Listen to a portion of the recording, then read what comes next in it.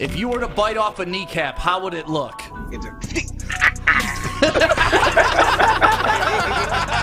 Woodward Sports, let's go.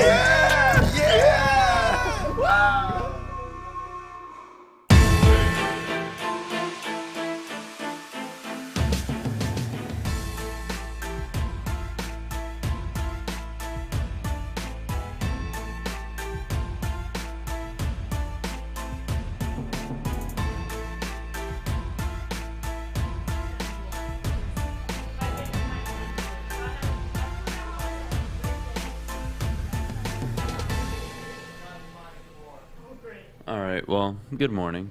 Jeff, how are you, man? Good, How's how are everything? you?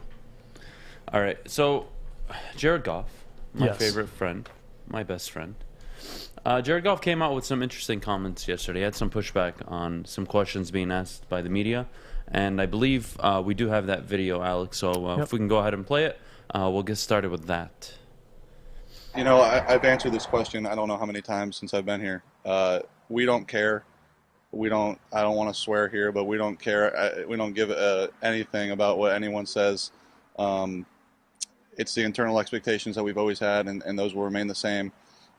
Obviously, there's been a lack of success around here for a long time. We hope to change that.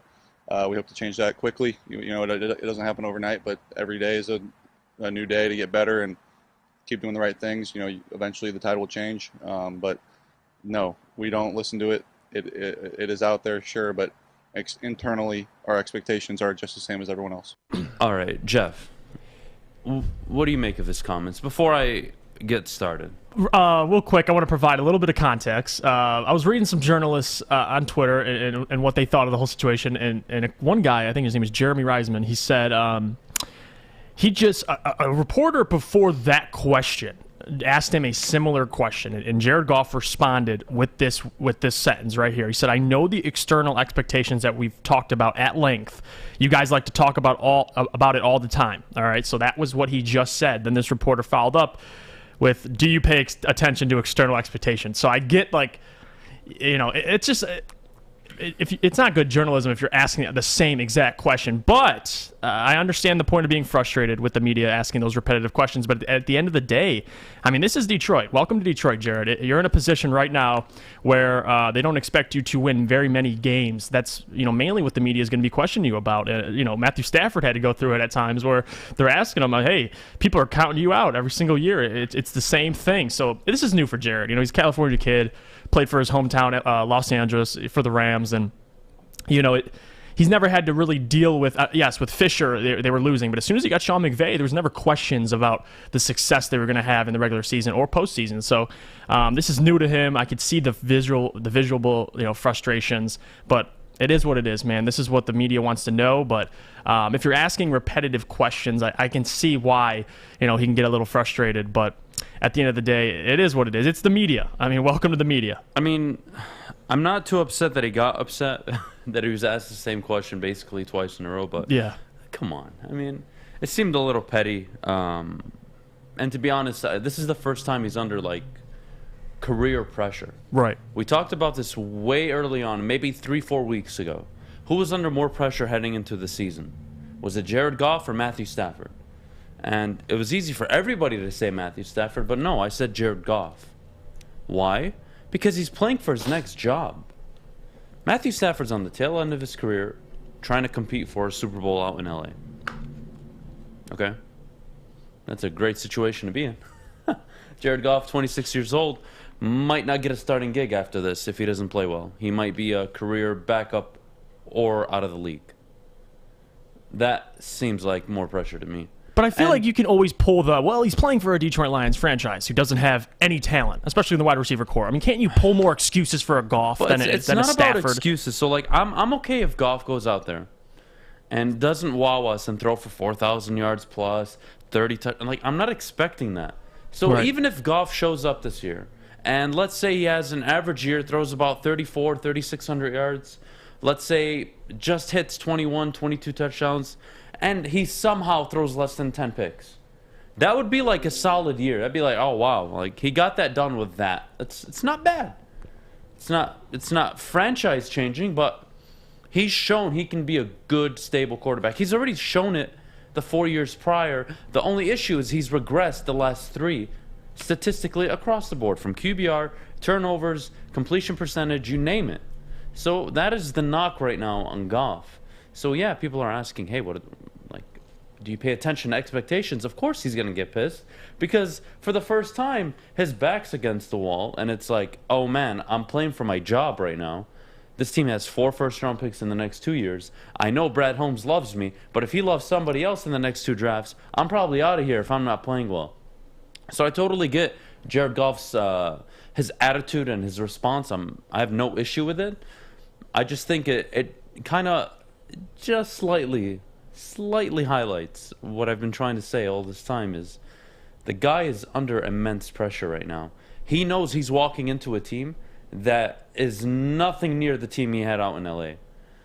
In LA, you were winning 10 games every single year. Over the last 4 years, Jared Goff is tied in the NFL. I'm sorry, second in the NFL for most wins, only behind Tom Brady. I believe Brady has 45, Jared Goff 42. Jared Goff, second in the league in wins over the last 4 years. Oh, but his QBR is 25th in that time span. Game manager, good quarterback, whatever you want to call it. All I know is that he's in a franchise quarterback. And the 1 year that he showed us glimpses where he could be elite, he's regressed every year since. He hasn't been the same. I can't consider that elite. He's a good quarterback. He'll win you football games. It's not the discussion here. And I don't expect him to win football games with the Detroit Lions. So even if they finish 4-13, I am not going to cast any judgment on Jared Goff unless he's out there throwing 15, 16 plus interceptions, which he's shown he can do. So if he does that, then yes, I'd be very disappointed in his play. But if he just goes out and has a solid year, I think he buys himself probably another contract with another team in the future. Or if the Lions just aren't ready to commit to a quarterback in the first round in the next 2 seasons, then maybe they franchise tag Jared Goff. We'll have to wait and see. But the guy's under a lot of pressure. If yesterday's quote or whatever soundbite you want to take away from that, I see a frustrated individual, but I also see somebody who is like, all right, it's go time. Like, my back's against the wall. I'm not throwing in an amazing offensive scheme right now. I don't have a run game that's proven yet. Like, we have nice pieces in Detroit. I have Hawkinson. I never had that good of a tight end before, but I also had a prime Todd Gurley and Darrell Henderson, Malcolm Brown, Cam Akers, and I had an offensive line that probably comparable to Detroit's right now. But, you know, you can slouch on Brandon Cooks, you can slouch on Cooper Kupp and Robert Woods, but Robert Woods is one of the most consistent players in the NFL at wide receiver. Really reminds me a lot of Allen Robinson. Brandon Cooks, during his peak, when the Rams were getting to a Super Bowl, was a very, very good wide receiver, and I'd say a pretty above-average deep threat wide receiver at the time. Mm-hmm. Cooper Kupp, healthy, young. He was your slot guy. They were dynamic. They could run the ball. Todd Gurley was in his prime. Was top 5 O-line. Again, this is a guy that is accustomed to, I have ballers around me. We're good. Like, it's a good team, and I can help us win games. That's great. In Detroit, it's the complete opposite. We don't know what we have yet. We're pretty sure it's not all that great. And here you go. And that's not an easy situation for any quarterback to be in, let alone Jared Goff. It's crazy you say that. It just made me think of a new point. With the Rams, he's around so many great players, defensively and offensively. Coming to the Detroit Lions, obviously he doesn't listen to the media, but it's new for him. I mean, it's a team he's a part of right now that has 4 first-round picks in the next 2 years. So options are open. He's under a very much.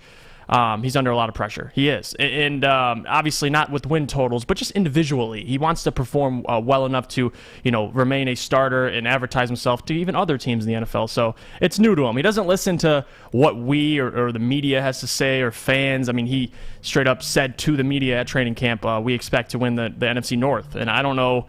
Hey, I mean, credit to your quarterback. You want your quarterback to say that. I mean, what else is he going to say? He's not going to say we're going to go in there and just fall short. He's a professional. Yeah, he's a professional. Jared Goff's a professional. But this team is full of professionals. If I was in that locker room and I was playing, I would have the mindset, we're going to go out there and win football games. The only difference is when you take a step back from being in the locker room, you just realize your roster talent isn't comparable to more than half of the league. And it's very difficult to overcome that talent, especially when you don't have any skill position players. You don't have a top quality defense. Yes, you do have a nice offensive line. Yes, you do have a very good tight end. But it's a team game. We can all agree on that. And when your quarterback you're not sure if he's the franchise guy because he wasn't for the last 3 years in Los Angeles. Well, what do you expect? This has been coming for Jared. Like, he's playing for his career. Whether anybody wants to admit it or not, whether you like Jared Goff as a quarterback or not, the guy is playing for his next contract. And that is a tremendous amount of pressure. And I don't think he wants to be a backup in the league. Who knows? In 2 years, he could probably go for free, take a pretty solid salary somewhere else. Let's say Houston if they don't have a quarterback by then. Let's say even a Washington. Like, there are destinations down the road for him if it's not in Detroit. Only if he doesn't play awful. And I think that's his goal this year, is to like play good football, limit the turnovers, show like, hey, I can rekindle my almost MVP type year, the year we were 13-3. I can do that consistently. I can do it. I just need help, coach. Right. So like, I'm gonna go out there this year. I'm gonna play very solid. I'm gonna limit my mistakes, and then I promise you guys, when you give me good skill position players, I'm going to show you how dynamic I can be. That should be Jared Goff's mindset. And I think you just honestly made my point without even like I agree. I think Matthew Stafford's under more pressure because Jared Goff has to be solid statistically. I don't think the win category is going to necessarily dictate his future in the league. I think Matthew Stafford, on the other hand, playing for the Los Angeles Rams, we know what they expect. You heard Peter King the other day. He has to not only have a good year statistically, but I think they need results. And I don't think the results side is what we're necessarily expecting out of Jared Goff, because how could you? I mean, he doesn't necessarily have all the talent in the world. I mean, we're in the very beginning stages of a retooling period. So, listen, the guy just has to be solid statistically and just not throw the ball in harm's way. And I think he'll be fine. I don't think he's got a good offensive line. I mean, he's got guys that can protect him. He's got a pretty good run game and a pretty good offensive coordinator. So I think the pieces are in place for him to at least not go out there and have an awful year. We just got to see how he does starting week 1 against San Francisco this Sunday. We'll see. We'll have to wait and see.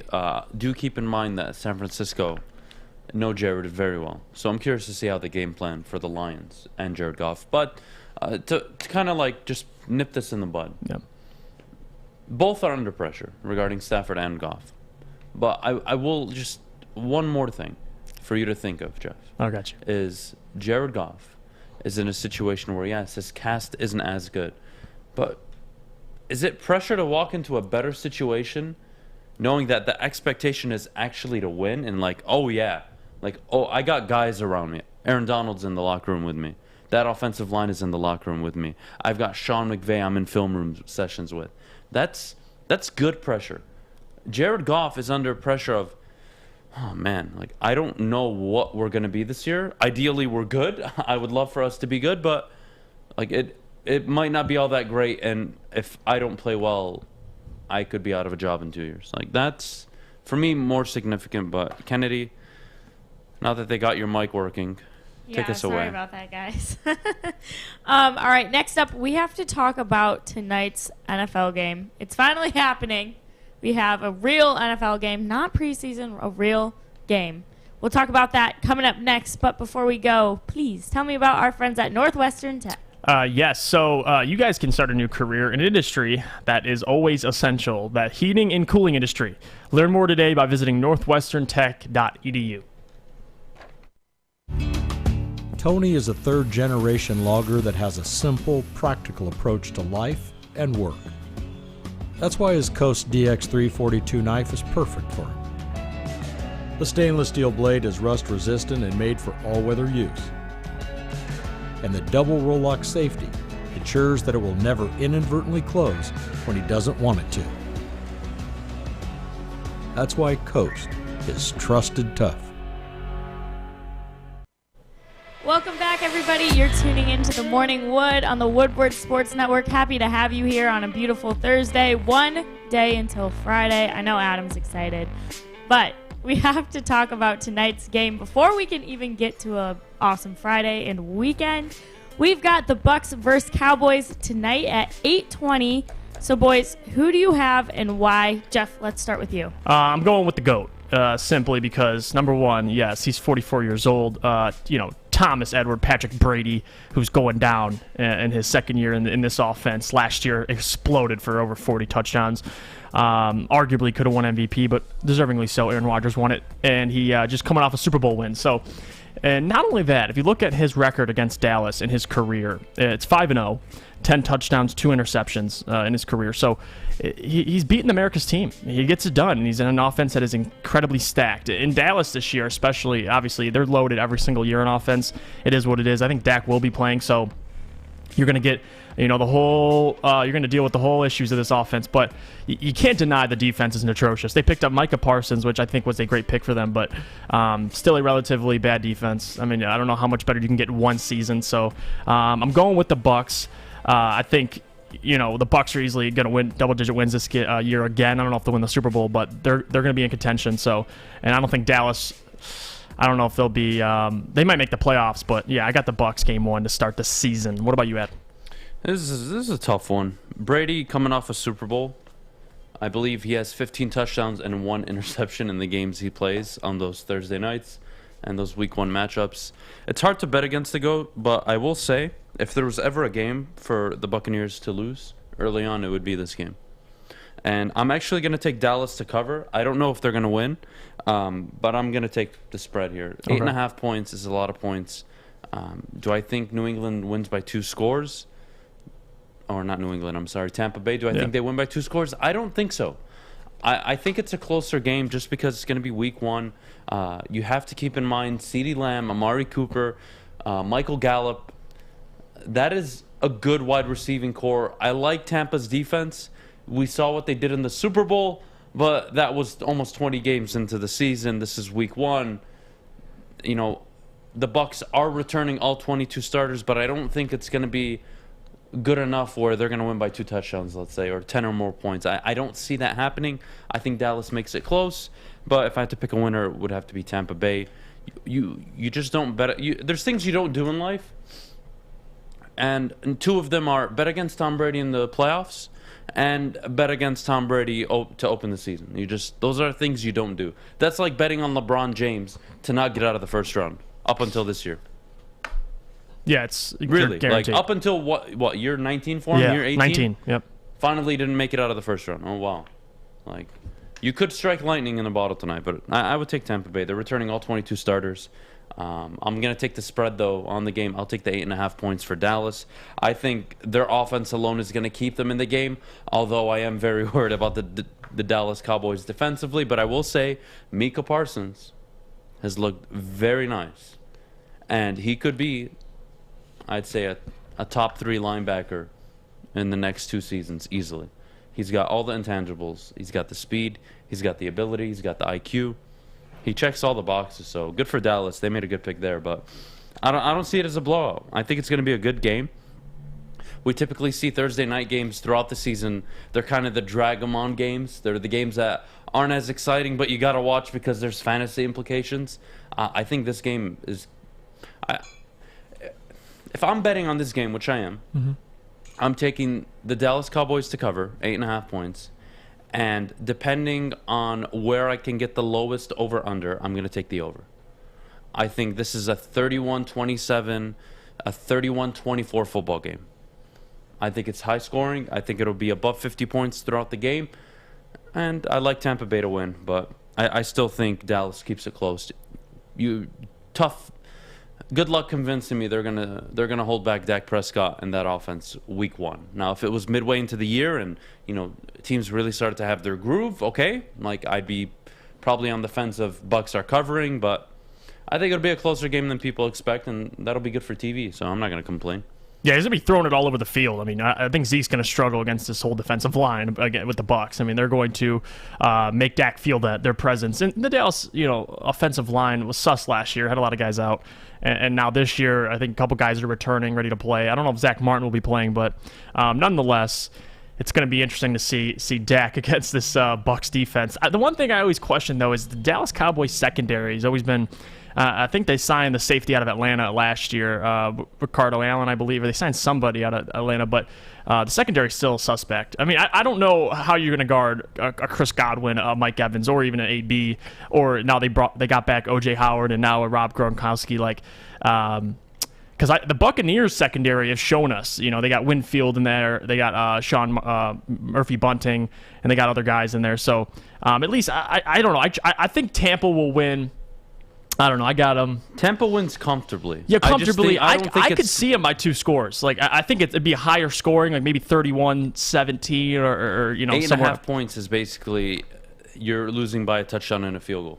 Is what. And you I need, could or even 2 see touchdowns. that. I could see so 10. Either they're losing by 10 or they're losing by 14. Whatever it may be, I think given garbage points, they probably cover. Again, I think Tampa Bay wins comfortably, but I think Dallas just somehow hang around. Okay. It'll be the week 1 of the year. I expect Dallas to stick around, although Tampa Bay should win this game pretty easily. Is it at Tampa? I believe so. Okay. Yeah. It's gonna be a great game 1, man. Yeah. Great way to start. No, it's a great way to start the season. We're always treated to very good openers to start the NFL season. I'm so excited football's back. I'm so excited. Fish is excited too. I want to hear what Fish. How excited are you? Not only the game tonight, but not the playoffs, the season in general. Very excited. No CFL. This is NFL now. Fish. I know there's CFL on Saturday. Triple header. Oh my God. No, it's exciting. I think the Buccaneers will win tonight. A lot of people are angry that the Cowboys are playing on the first game of the season. They are America's team. The Patriots should be America's team, but they're not.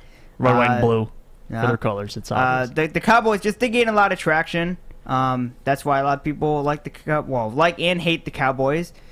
But a lot of people love Tom Brady, and they are the Super Bowl champions. So they host the first game. Buccaneers will win by 15 points. Tom Brady will probably go off for like 400 yards. Prescott might get injured again. I don't know. I have really no faith in the Cowboys. They'll get 7 wins. You're not 6 alone wins. on that, Fish. Especially game 1, like coming out against the Bucs. Like, what a tougher opponent to face for them. Like, anybody in the NFC East, go ahead, beat up on them. But got the Super Bowl champions, so it's gonna be interesting. One thing I'm looking forward to is seeing Ezekiel Elliott with this offensive line, man. Because last year he had such a down year. It's gonna be exciting. I don't think the Bucs defense are gonna give him any air to breathe, but nonetheless, it's gonna be great. And listen, if you're gonna cut out Tom Brady, I don't know what his record is in how many like season openers he's played in, but he wins them. I know that. So whether it's he holds the record for most wins in season opener. Well, there you go. I told you earlier, you don't bet against Tom Brady in a season opener, let alone in the playoffs. You just don't. Your odds of winning are much higher than losing. Yeah. It's just the mistake you don't make. So yeah, no, I'll take Tampa tonight. I do think if there's one thing I'm concerned about, it's going to be our Dallas just going to unfold completely early, and it becomes an ugly game, and Tampa Bay just embarrasses them. Who has a bigger game, Dak or Tom? Statistically? Yeah, we'll go statistically. Why not? I got to say Dak. He's going to be down. I expect him to be down early. They're going to have to throw the ball. You kind of want Dak to get 30, 35 throws, and you want him to get some game reps. It's the regular season. You can't hold anything back now. So you have CeeDee Lamb on the outside, Michael Gallup, Amari Cooper. I think he puts up better numbers, but I think Brady gets the W. And Brady will put up pretty comparable numbers. It's not like he's going to be a slouch in tonight's game. So. I see what you're saying, though. Yeah. Kennedy? I mean, it just makes sense that they'd kick off this season this way. The Cowboys were just on Hard Knocks, so they've been talked about, and then obviously Super Bowl champs. I think it's a good matchup to start the season, so I'm excited. It's great entertaining for TV. game, yeah. Ratings-wise, anything with Dallas in prime time is like, it's great ratings, whether you like them or not. And I notoriously hate the Dallas Cowboys, but you can't hate on the primetime effect they give. They just do. Exactly. It's a great way to start the season. So Dak's probably got to play 2-3 weeks to start the year to kind of get his legs under him and probably his shoulder. His arm. Yeah, probably his arms under him as well. So we'll see. We'll see. I still think he'll come out fine. He'll be fine. They're not going to overwhelmingly dominate the run game like we've seen Dallas in the past. They're just not that team anymore. They're very Dak reliant, similar to how Seattle is Russell Wilson reliant. So we'll see. Tampa wins, my opinion. Whether or not they cover, I think 8.5 points is a nice bet to take on Dallas. It's a lot of points. A lot of points for a season opener. So either it's a dumpster fire game and Tampa Bay absolutely rocks Dallas and we're all laughing here tomorrow morning and just dying laughing and I can make fun of Mike McCarthy, or, they keep it close. And, yeah, for your sake, you better hope Dallas plays well, Kennedy. Yeah, I'm praying. I'm like, come through, McCarthy. You got two heavy-set coaches, so Adam's going to have a field day tomorrow, either way. Awesome. Perfect. Can't wait. Yeah, I'm excited. Thursday night football, there's no better time of the year than football. I can't stop telling you about it. And since I'm talking about football, I got to tell you about my bookie because it's that time of the year. Guys, it's football season. We were just talking about I would take 8.5 points. Go take the points.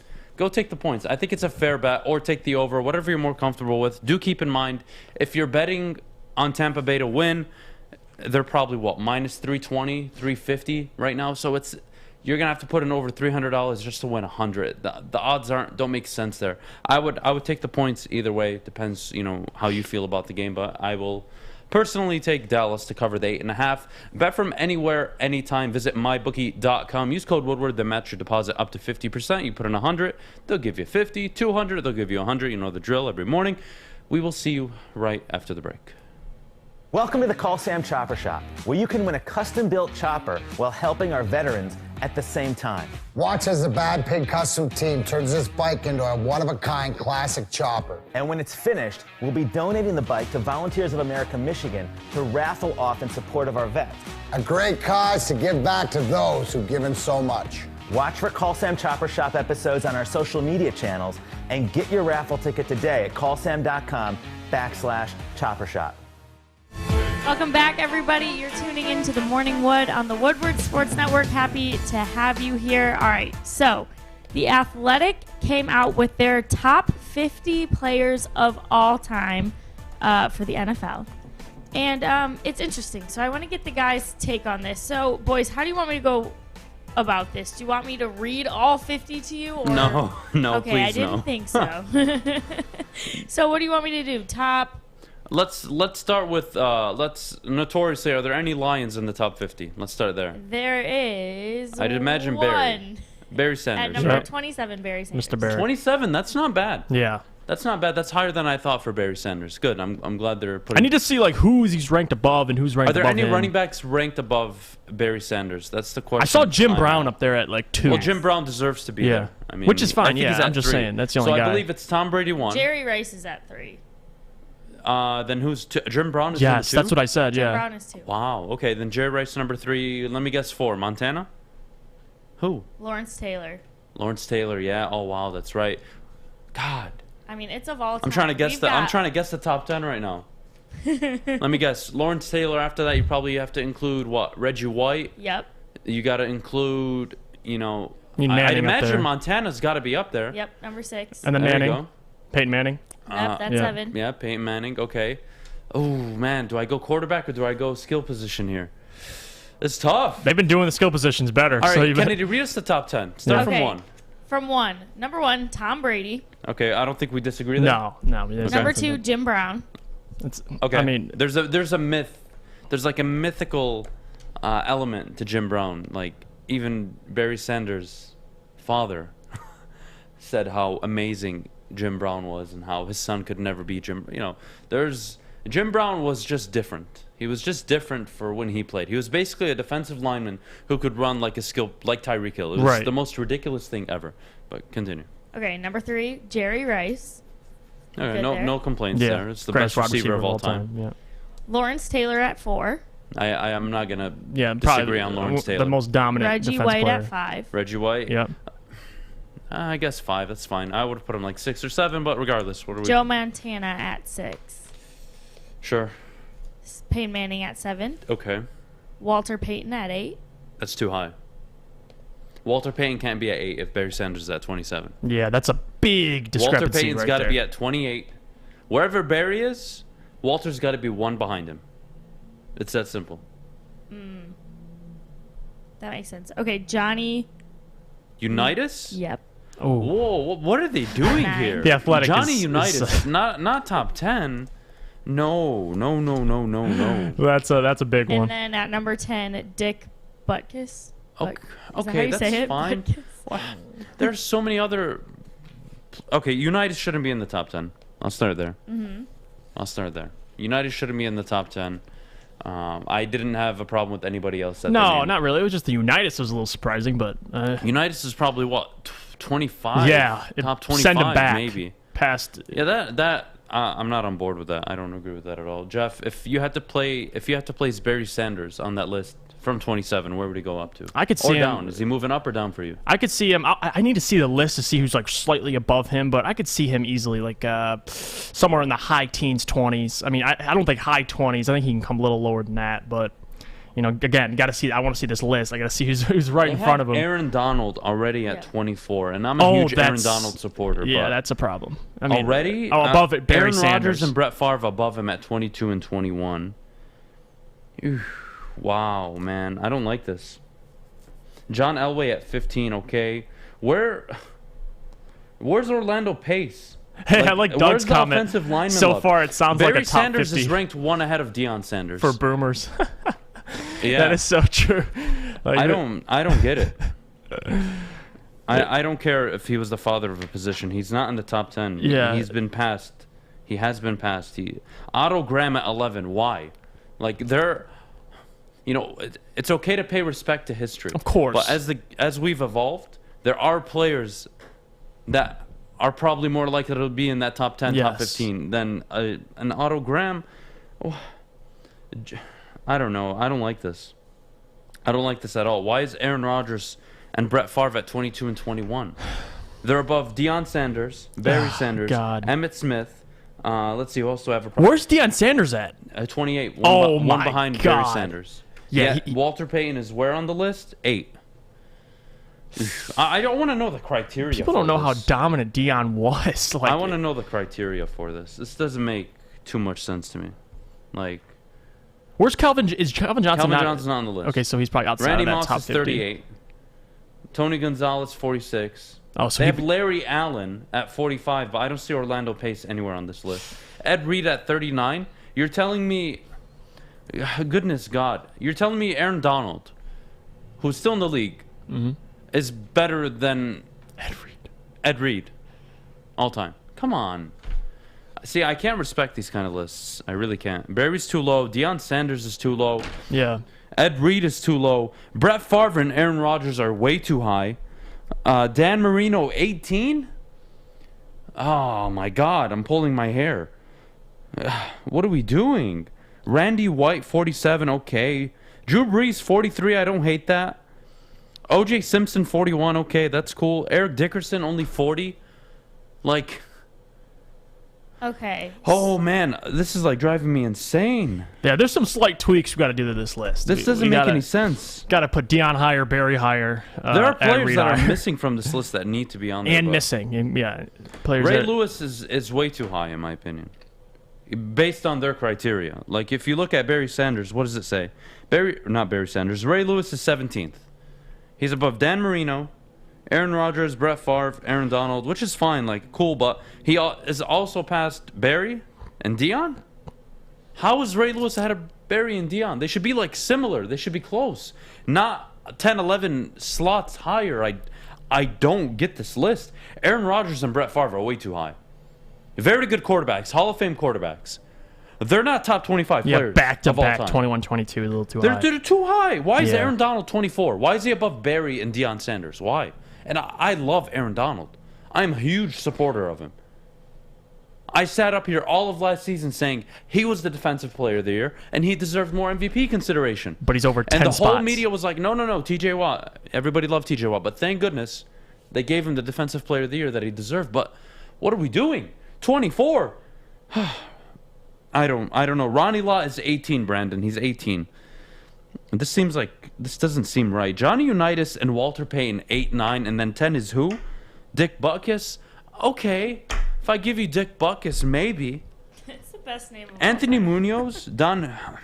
Look, again, I'll pay respects to players from the past, but when you give me a list and you're telling me that Aaron Rodgers still in the league, Aaron Donald still in the league are higher than Barry Sanders, Deion Sanders, hell, even Rod Woodson, Emmitt Smith, J.J. Watt's at 35. He's higher. I was just about to say God. that. J.J. Watt is higher than Ed Reed. I can't take this list serious. Get it out of my face. I know. J.J. Watt over Ed Reed Yeah. is borderline one of the most ridiculous things I've ever seen in my life. Ed Reed was transcending He at his tore position. up offenses. He could tackle, Yeah. return. He could read the field like nobody. He was basically a quarterback playing safety. That's how his brain worked. Ed Reed is the best safety of all time, hands down. You want to put him at 2?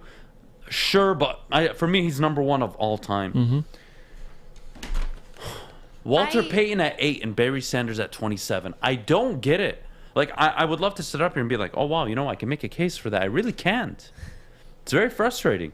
Wherever you put Barry, Walter Payton and Emmitt Smith had better be very, very close. Whether you want to put him a spot or 2 higher, I don't care. But don't tell me that Barry Sanders is 27th of all time and Walter Payton is 8th.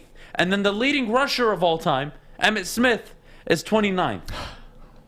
What are we doing? What are we doing? What's the criteria? What's the criteria? Is it who looks the best? Like, Ronnie Lott better than Ed Reed? Honestly, like, okay, I'd be willing to debate that, and I wouldn't be mad if I caved in and said, okay, Ronnie Lott was better than Ed Reed. But still, Ed Reed was so dynamic, and so was Ronnie Lott.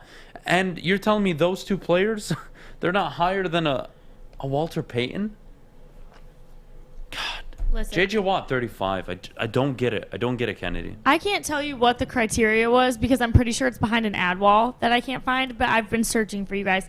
I can't tell you what the criteria was, but I can tell you who was behind this list if you want to send angry emails.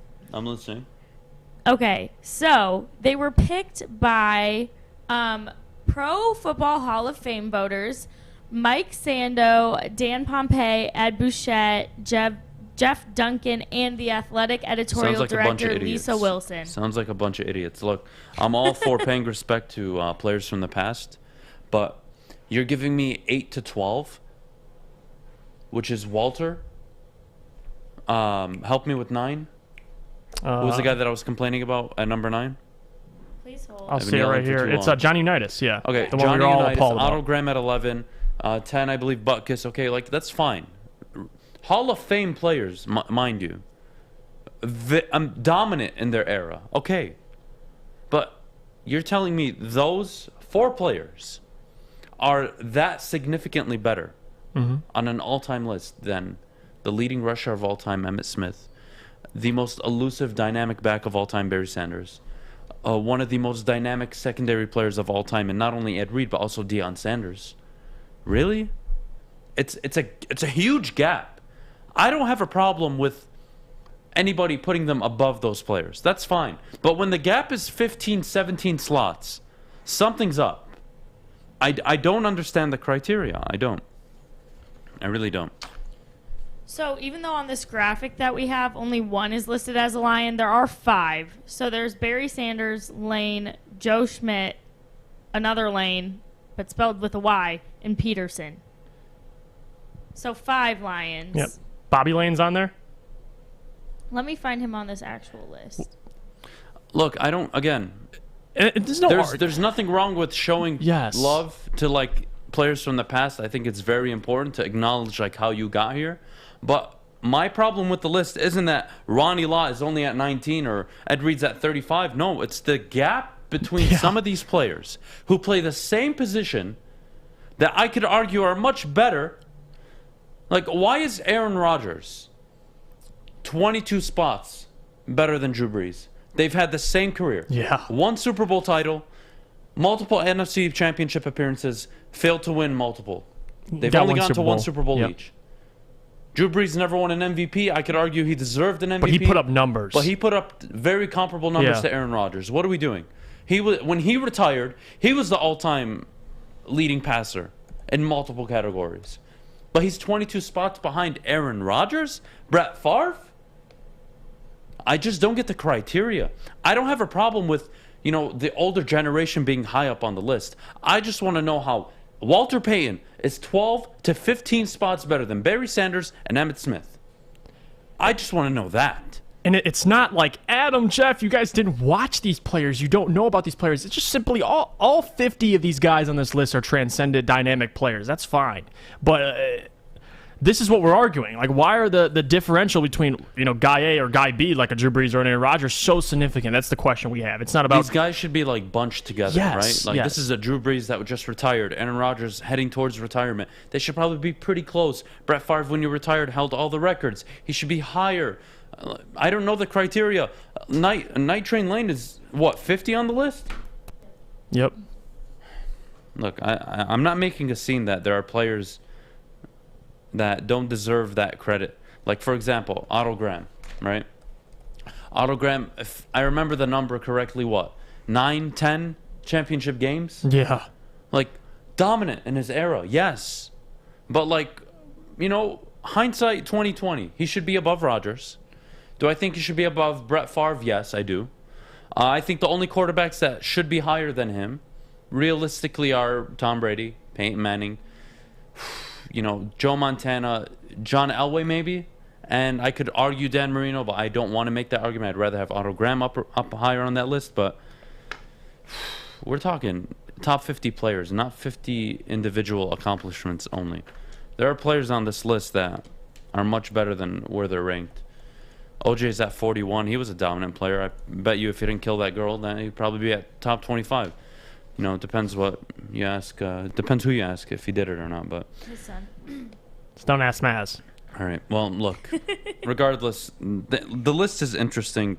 We got to move off of it, but that was interesting. I just think the gap is my problem. I don't have a problem with Otto Graham being at 9. I don't have a problem with Walter Payton being at 8. But when you put Walter Payton at 8, you probably need to have Emmitt Smith and Barry Sanders very close. There's not that much of a gap. That's just what I'm not understanding. The gap between 25 and 9 seems ridiculous at this point, but we'll move forward. All right. Well, we talked about how, the old may not mesh with the new, how to, rank them, if you will. We're going to talk about that next, but we're going to take it to the NBA. But before we go, I need to know about our friends over at Coast. Yes, I'll tell you about our friends at Coast because since 1919, Coast has pursued one mission, and it's to make the working professional job safer and life easier. Today, Coast lights are a favorite amongst tradesmen and women, outdoor enthusiasts, do-it-yourselfers, first responders, and more. Visit coastportland.com and use code WSN20 for 20% off your purchase. They stand by their products and back them up with a lifetime warranty. Buying for your whole crew? Sign up with our Coast crew to take advantage on special discounts, early access to new products, and more. Again, that 20% off code is WSN20. Use it. Hi, I'm David Hall from Hall Financial. And at Hall Financial, we treat our clients like family. And our number one priority is giving each of our clients 5-star service. Our passion for 5-star service, combined with our expertise, allows us to find the best possible solution for refinancing your home loan. We take the time to focus on both the individual and the numbers. We're going to walk you through the process and close your loan in half the time of our competition. Go to davidhallmortgage.com today. Welcome back, everybody. You're tuning in to the Morning Wood. Happy to have you here. All right, so let me explain myself. Rasheed Wallace thinks that LeBron James is only successful due to the NBA era that he's playing in currently. He says, I don't think he would be as successful as he is now had he played when Rasheed was playing. So, Jeff, I want to know what you think about this. Listen, I love Rasheed Wallace and everything. Obviously, a legend in this city, someone who helped get us a ring in 2004. And of course, we all love ourselves some Rasheed Wallace. Has one of the most famous catchphrases of all time, ball don't lie.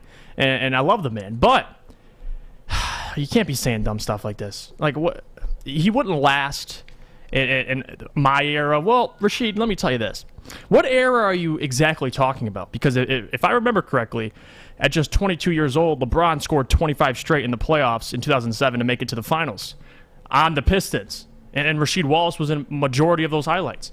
So if he's not lasting in your era, what are we talking about? I mean, this is 2007, so this is over 10 years ago. He scored 25 straight at 22 years old. So I don't like when guys, old heads hate on any player for that matter. Most of the time it is LeBron and how he wouldn't last in this era or whatever. Dude, LeBron is 6'9", 250 pounds. He is a physical specimen. He had to adjust his game as the years went on in the 2000, I think it was 2011, 12, he started shooting more threes. Like the game was changing into more of an outside game. Hence a Stephen Curry coming in.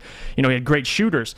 Back then, it was bully ball. I mean, even in the time the Pistons were winning in the early 2000s, it was still relevant. I mean, you could still be physical, and LeBron was doing what during those times? Winning a scoring title. He won one scoring title back then. So I don't agree with this stuff. I mean, any era, I might as well start calling people and saying he won't last in this era, he won't last in this era. To me, it's a little bit of jealousy, and that's okay. I mean, it's Jeff, normal. I was old enough to watch all 90s basketball, so let me. So you're still wrong, though. No. Let me explain to you what Rasheed Wallace means by that.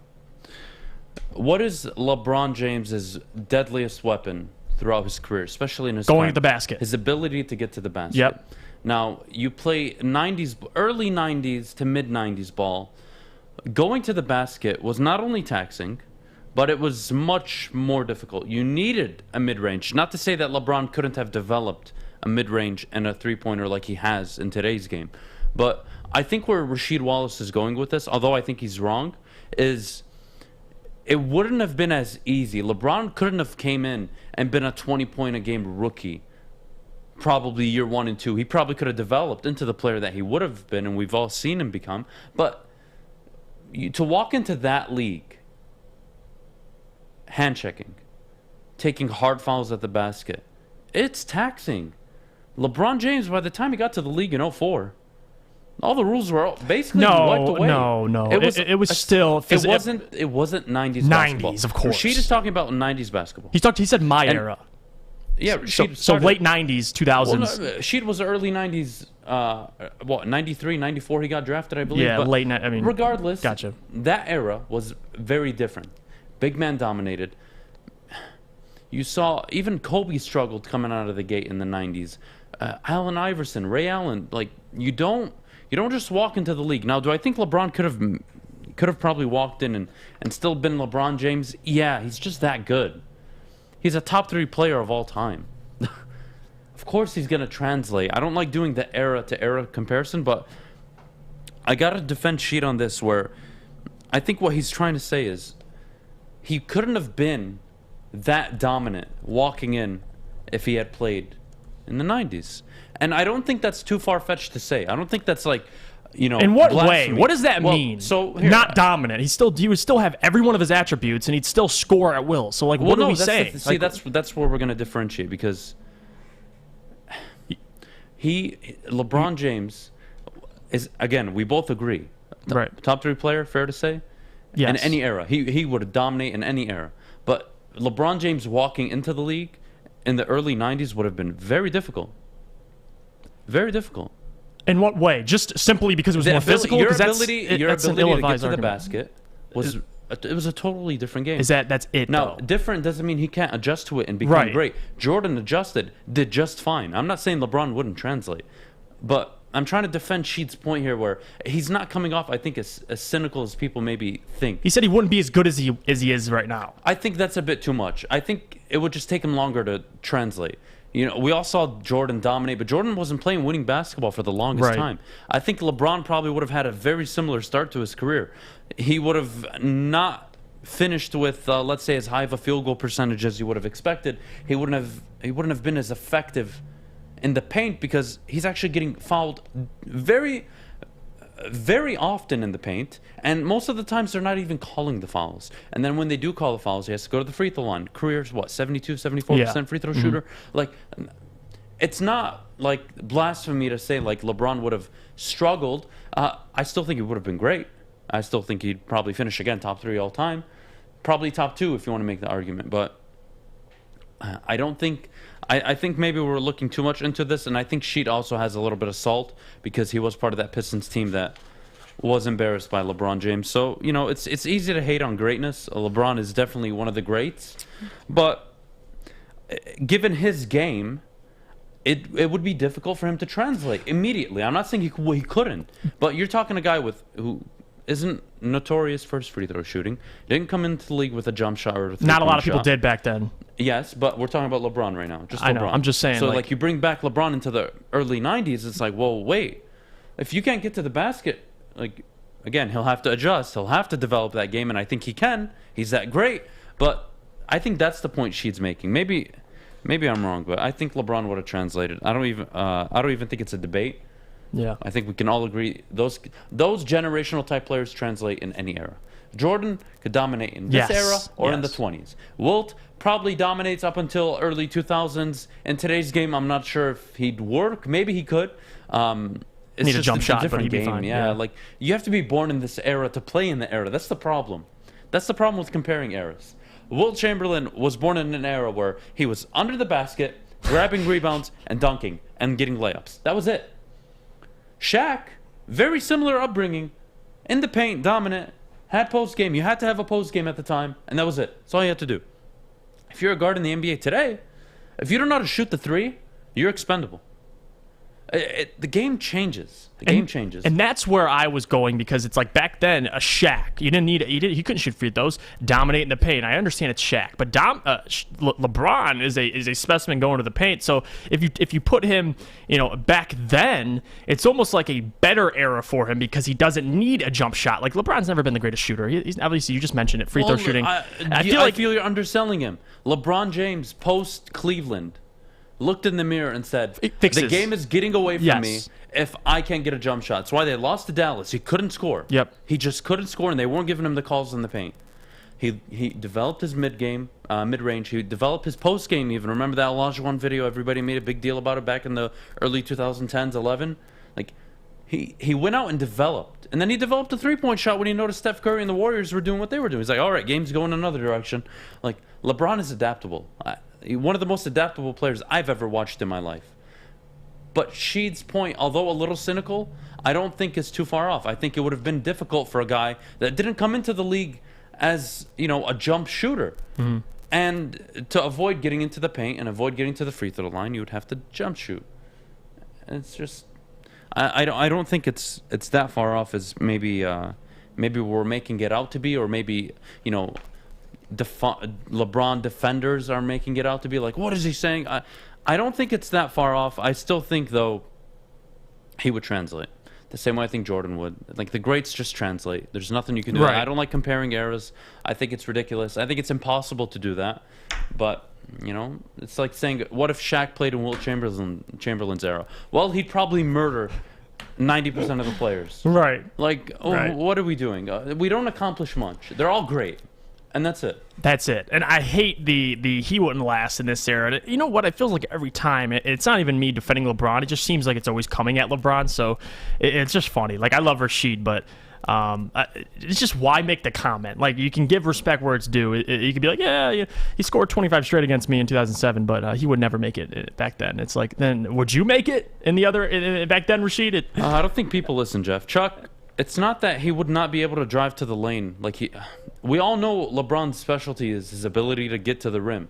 The problem is, if you put him in that era with that rule set and that rule book, he's not getting the foul calls he wants. He's going to get fouled much more often. There'll be hard fouls. Yeah. And it's taxing. It's not getting to the rim in today's NBA is easier. Longevity is more common now. Why? Well, you're just the actual games aren't as taxing. So we got to move on, Kennedy. That was fun. But I think people may be taking Sheed's comments a bit out of context. I think he's making a good point. I think a point that can probably be argued, but LeBron is still one of the greats. He would translate in any era. Well, coming up next, we're going to talk about some of the greats who might be overrated. So stick around to see who these guys think are the most overrated athletes of all time. But before we go, I need to hear about our friends at Papa Romano's, the best pizza ever. All right, I'm done. I'm not telling you about the Greek pizza. That was yesterday. I don't like Greek pizza. We're doing the regular because that's what I eat. Sorry, Adam. Listen, Papa Romano's handcrafts delicious pizzas, and they have them for a Detroit favorite for over 50 years. 5-0. House-made dough, hand-cut veggies, and fresh cheese make the difference. The same quality goes into all their pizzas, salads, subs, and pitas. Order now at paparomanos.com.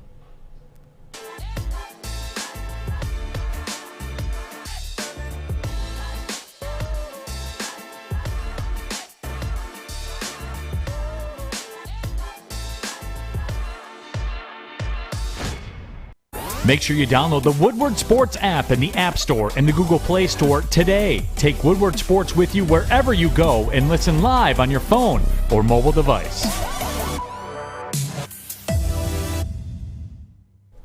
Welcome back, everybody. You're tuning into Morning Wood with Jeff and Adam. We're happy to have you here on a beautiful Thursday. All right, so a news outlet, if you can call it that, said that Jeter was overrated. First of all, I want to know if you guys agree with that. And then second of all, I want to know who your guys' most overrated athlete is. So, Adam, let's start with you. I mean, most overrated athlete. I thought really long and hard about this. There were like 3 NFL players I could just name off the top of my head. One, I'm just going to go with the clear one, Kawhi Leonard. If we're going to talk about today's game, just like people playing in today's game, it's Kawhi Leonard. A magical run with Toronto. All the stars fell into place. KD got hurt. Klay Thompson got hurt. And we've seen Kawhi do nothing since, except get hurt, sit out, and not play to the level you expect a superstar player to play. This is the same Kawhi Leonard that people dared to say after winning his 2nd championship he deserved to be in the top 10, top 15 conversation of all time. Get out of here. He's overrated. He's not a top 5 small forward of all time, let alone in the top 10 or top 15 of the NBA echelon. So for me, Kawhi Leonard is beyond overrated. I am not even interested. If you wanted a list of overrated players from me, I would give you Kawhi Leonard. I would give you Scottie Pippen, Aaron Rodgers, and I want to go somebody in baseball that was overrated, but baseball is kind of tough. Oh, Bryce Harper. There you go. There's your 4. Those are your 4 for me. Bryce Harper, Aaron Rodgers, Kawhi Leonard. There you go. Listen, and Scottie Pippen. You got Aaron Rodgers? Yeah, overrated. I got Brett Favre because out of the 2 quarterbacks being ranked, especially 23 of the top 50 of all time, and being someone like Brett Favre who threw erratic interceptions. I think he's got like 300, 400 career interceptions. Well, I don't mean to interrupt, but when you say he's overrated, to be overrated means you're considered like, up here, right? We can agree on that? So like that means we're overvaluing somebody. I don't think anybody sits, or at least me and you. Well, The Athletic puts him at 23. 22, and Aaron Rodgers above him. So like they're putting his predecessor or his successor over him. Yeah, he's too high. Yeah, but he's good. I like Brett Favre. He's overrated, and not overrated like he's shouldn't be rated at all. I think he's just overrated. I don't think so. He walked away from the game with all the records. He was a 3-time MVP, a Super Bowl champion. He was just as accomplished. Okay. I don't know. I'll let you. Right. I want to hear your things. I think Brett Favre is a bit. I'm just saying overrated for what people talk about him at. Like he's a great. The accolades are there. I'm just saying statistically he's overrated. Like, can we agree on that? Decision making for a guy like that. Decision making was bad, but that's what made him great. It was his willingness to make throws that not everybody else that was picked off most of the time. Yes, I get what you're saying. Not most of the time. It was in crucial moments he made big mistakes against the Saints, against the Seahawks. Yes, and that's we've seen it, but.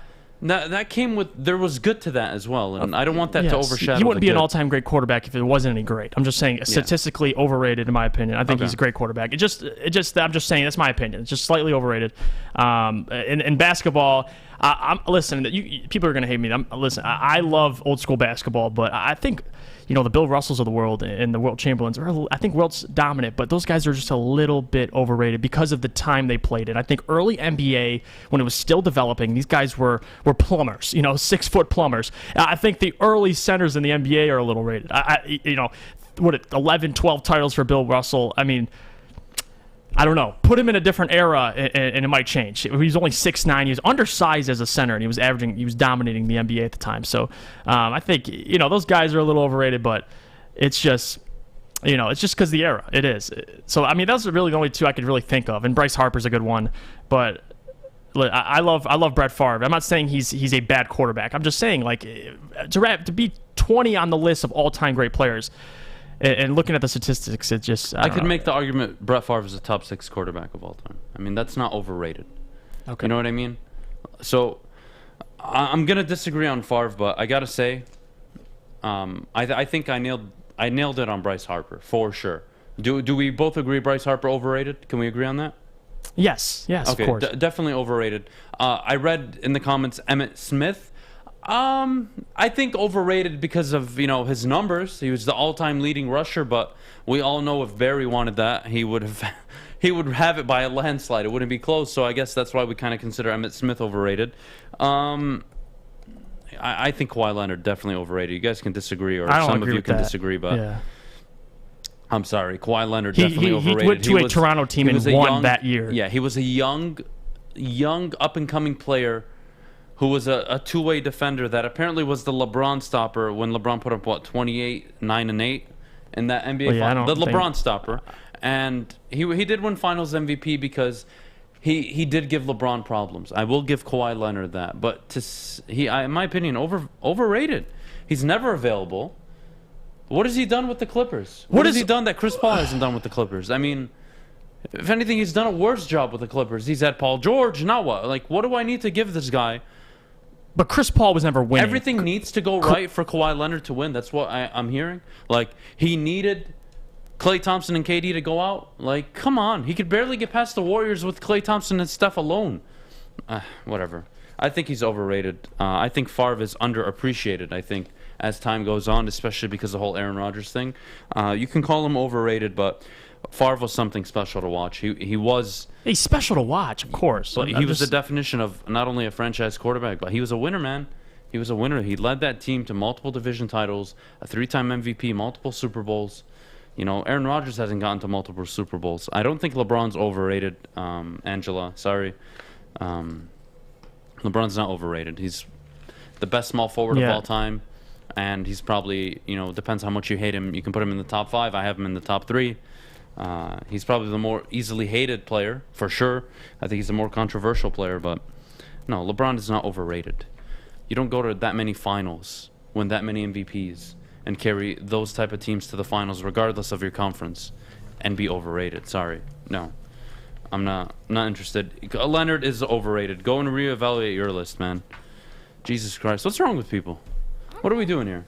If Kawhi Leonard isn't overrated... I don't think he's overrated. I think... No, he's not. He's not because of what he's done. He's earned it. Like, he was with San Antonio, won Finals MVP on a veteran team, a team that had multiple guys that can go into the Hall of Fame, Tony Parker, Tim Duncan. He won Finals MVP on that team. They got rid of him because they didn't want to care for him, whatever the case may be. They had issues. Went to Toronto and won a championship. I know there was injuries to the Warriors, but it is what it is. He helped them win a championship in Toronto. Goes to LA, and even last year, he was out the year prior. I think last year he was just out. He had an ACL, out the whole playoffs. Nothing you could do about that. And they were 2 games away from making it to the NBA Finals with just Paul George. It's like, if Kawhi was there, what happens? I don't know. That's Kawhi's problem, and that's why he's overrated. He's never available, and when he does play... He's dominant. He can play. He is. Cautious using... What do you mean? He's dominant? One of the best two-way players in the league. What do you mean he's not dominant? And what's your definition of dominant? There are only a handful of dominant players right now in the NBA. You can call KD one of them, Giannis another. Kawhi, if you can play both sides of the floor at a high level, that's not dominance to you. What is that? Only offense? Then I get I disagree. once every 4 years. That's dominance. Kawhi's available one every 3-4 years to give me a run. Wow, that's so amazing. That's so consistent. No, man, Kennedy, get us out of here. I'm not gonna sit here and waste my time on Kawhi freaking Leonard. All right. Well, I actually have one that people often say is overrated. And I want to get Jeff's take because he likes fighters. So when people say Floyd Mayweather is overrated, what is your reaction? People are dumb. People are dumb, yeah. And it's mostly because he's the greatest defensive boxer of all time. So people like to call him underrated or overrated. I'm sorry, but it is what it is. Like, you can't doubt 50-0. Yes, the opponents. You can say, well, he versed Manny Pacquiao at a later point in his career, and he's always pick and choose his opponents at times where he thought he could be successful, but. It's Floyd Money Mayweather, man. The guy's undefeated, so it is what it is. I mean, but then again, everyone has their own opinion, so I'm not going to sit here. I mean, if that's that guy's opinion on Floyd Mayweather, go ahead. But you wouldn't box him, so you can't say nothing. Floyd's not overrated. He's one of the best boxers of all time. You put him up there with an Ali, a Tyson, a Frazier. You have to. Undefeated throughout his career. You want to say he dodged Manny Pacquiao? That's fine. Say whatever you want. he was impossible to box against. Early on in his career, he had knockout power. As he developed, he changed up his game, and he became one of the most defensive boxers. The greatest defensive boxer of all time. That's simple. Not overrated. You can't be the greatest at something and be overrated. You just can't. So. All right. Well, if I had to give you my most overrated, it goes to Patrick Kane on the Blackhawks. His offense is great. Defense, not so much. You got to have both. If D-Mac's in the chat, let me know if I'm right. All right. But before we head to break, I need to tell you about how you can win front row tickets to the 49ers game this weekend. All you have to do is tell us, your friends on the Morning Wood, and the kind people at Wicked Awesome Wishes why the person you're nominating for the tickets deserves to win. Go to wickedawesomewishes.org by today to make your nomination. It is the last day, so go over to wickedawesomewishes.org. We will see you after the break. I'm looking to bring on another HVAC tech right now. We are recruiting 5 to 10 techs a month. We're looking to grow and expand. Every new tech we hire is from Northwestern Tech. The hands-on training is fantastic. They're always my first call. We love hiring Northwestern Tech grads. They come out trained and ready to work. Our program is only 10 and a half months, and our next classes are starting soon. So why wait? I'm looking to hire a graduate of Northwestern Tech. Northwestern Tech. Northwestern Tech. Northwestern Tech. Welcome back, everybody. You're tuning in to Morning Wood and Woodward Sports, featured on the Roar 93.5 FM, 99.1 FM, and 94.7 HD2. Happy to have you here on a beautiful Thursday. All right, so there were a lot of ex-Lions in the tryout circuit. So I want to know if you guys would sign these ex-Lions to these specific teams that they're trying out for, and why. To my knowledge, only one has officially made a team. All right, so we've got Danny Amendola and Cravon LeBlanc trying out for the Houston Texans. Danny is on the team now. Kerryon Johnson and Elijah Holder with the Las Vegas Raiders, and Nick Bawden with the Pats. What do you guys think? Jeff? Well, I will pass if I'm the Lions or if I'm these teams. Is that what you're asking? If to sign them? You can do both. Whatever. If I'm the Lions, I'm passing on every single one of them. But Amendola, I like. If you're the Houston Texans, why not? You pick up a guy who's a veteran, and you're going to start Tyrod Taylor out there week 1, so you're going to need someone who's at least reliable in that sense. So, you got Brandon Cooks over there. You just got rid of Will Fuller, you're leaving for the Dolphins. Now you're bringing in Amendola. Can't hate on that move, but Kerryon going to the Vegas Raiders, or he's at least hosting a meeting with them. Wouldn't be a bad signing. I mean, it's a depth move. They already have, 2 guys, solid guys over there in Josh Jacobs and now Kenyon Drake. So now they're just bringing on a Kerryon Johnson. It is what it is. You can't really look too much into it. Of course, I want Kerryon to make a team, go out there and have success. But, Amendola makes sense to the Houston Texans. Nick Bawden, solid fullback. But, yeah, I wouldn't sign any of these dudes if I'm the Detroit Lions, obviously. But it is what it is. If I'm the GM of any team and a player walks into my doorstep coming from the Matt Patricia or Bob Quinn player tree, I would sit them down. Hey, Danny, how you doing, buddy? Hey, look, you've had a good career. You're a pretty consistent wide receiver. I'd rather lose all 17 games than have you on my team.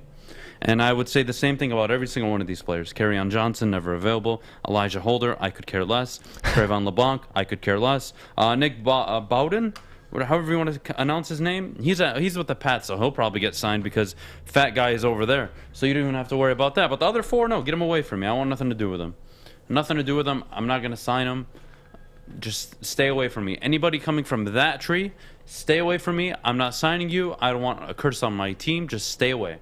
It's that simple. I wouldn't sign any of these players. Yeah, agreed. That simple. When you're coming off of that poor of a season, and you're not able to stay on the field, what use do I have for you? Danny Amendola? Who's Tyrod Taylor going to throw to? Danny Amendola. There you go. That's your solution, guys, in Houston. Houston and Philly are doing a bang-up job right now. I'm so proud of them. Like, they are making the Lions look good. I'm really excited to see 2 franchises absolutely tanking and, just falling into the hole. I love it. Philly poorly handled their head coach departure. Totally mishandled Carson Wentz. Then you look at Houston. whole debacle with Deshaun Watson. Still no clear answer there. Get rid of their head coach who won them a division title, multiple 10-win seasons, but multiple division titles, I believe, with Bill O'Brien. But, because he started 0-4, we're going to fire him. Not because we traded, although he was hand in hand in the DeAndre Hopkins trade, but still, like, you don't give a guy away who's brought you success that quickly. Like, it just didn't make sense. So I'm glad these two suck. To be honest, I kind of want to touch on people in the chat talking about Matthew Stafford and whether or not he's overrated. I don't think he's overrated. But I don't value Matthew Stafford maybe as high as the media or some of you at home do. So, Jeff, I'm curious to hear you first on Matthew Stafford. I want to get to him. Is he overrated in your opinion? Yes or no? That's a tough question because he puts up such great numbers and the success hasn't been there. So that's a good recipe for overrated because people can praise a guy for the numbers he puts up, but the results aren't there. So there's the underrated to me. But the media didn't really talk about him when he was in Detroit. So there wasn't really much to overrate. He's in if you're for the Los Angeles Rams right now. Yes, ESPN's got him up there, top 10 quarterbacks in the league. Peter King has him throwing for 6K yards and winning the MVP. So in a Super Bowl.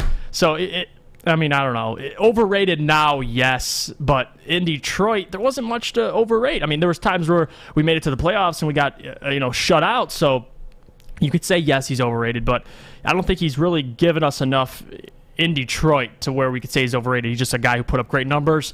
He was a great quarterback. But I don't know. Overrated seems like that's something you'd give to somebody who's on a good team, who's not better than he's worse than what people actually are putting him out to be. So I don't know. Stafford, he put up good numbers. The wins weren't there. I guess in that sense you could say he's a little overrated, but I don't think the media really covered him as much in Detroit to say he's overrated. So no, I don't think in Detroit he was. Now, yes, I think going to the Rams without any results being out there and proven, and they already have him doing all those things and getting all those accolades. Yes, that's a little overrated to me now, at least. But I kind of see what you're saying. You don't have the expectations on him when he was in Detroit, and that was the same with me. Like, I love Matthew Stafford. He's the greatest quarterback in Lions franchise history, but to say he's overrated, you'd have to really say every year there was some sort of expectation there to put him as overrated. Because what did we expect out of Matthew Stafford year in and year out? That's the question, Adam. Like, that's the real question. Well, for him to be overrated. That's why I asked you first. Because, like, for me, it's easy. No, he's not overrated. And he's not underrated. In my opinion, I know exactly what Matthew Stafford is. He's a good quarterback with very good arm talent. That's it. He's not great. He's not awful. Stafford is not awful. He's not bad. He's not even below average. He is somewhere between average and above average, if you want to put it on that kind of scale. But he's more so on the above average side. Nowhere near great, nowhere near excellent. But, it depends how you rate Stafford. If you think Stafford wasn't the issue in Detroit, then you're probably overvaluing and overrating him. If you think he was the problem in Detroit, you're probably underrating him. So many things have to align in football. And when you have a quarterback that's stable in that position for 12 years and you don't build a win around him, part of it is his fault. And the other part of it is drafting players like Ebron over Aaron Donald. So I don't want to talk about the last 12, 15 years and, why we're here and why we're even having this discussion. But what I really want people to understand is how you view him is going to determine whether he's overrated or not. In my opinion, he's accurately rated. I think if I go based off of reading ESPN stories, I'd say he's overrated. If you just listen to ESPN, then you would consider him overrated. But no, the arm talent's always been there. He's a good guy, good in the locker room. He doesn't ruffle any feathers. Yeah. Tough as nails, plays through injuries. Like, those are good things about Matthew Stafford. And bad things, he commits turnovers at the worst time. And time again, he'll lead you on game-winning drives against the bad teams. But God forbid you're up 2 scores against Kansas City year 2 into the Patricia era, and you blow that game, you have an opportunity to go down and win the game, and you don't do it. It's always against the winning teams. We never saw Stafford do what he does always against the losing teams. There's a reason He's 8-64 against winning football teams. And part of that is because of the team he's been surrounded with. Yes, of course. Jared Goff, I told you earlier in the show, in the last 4 seasons has 42 wins. Second most in the NFL, only behind Tom Brady. But there's a caveat. 25th in QBR in that time span. So there you go. That can be a definition of overrating maybe a quarterback. But I don't think Stafford is everything people are making him out to be. I know exactly what he is, and I can guarantee you Matthew Stafford in Los Angeles could work. The chances of it working are higher than it failing. Barring any catastrophic injuries to the Los Angeles Rams, it's going to work. He's got the best head coach he's ever had. In my opinion, the most complete wide receiving core he's had. Yes, he's had Calvin and Golden Tate and Nate Burleson and all of these great players, but just because you have elite talent around you doesn't necessarily mean they were put in the right positions.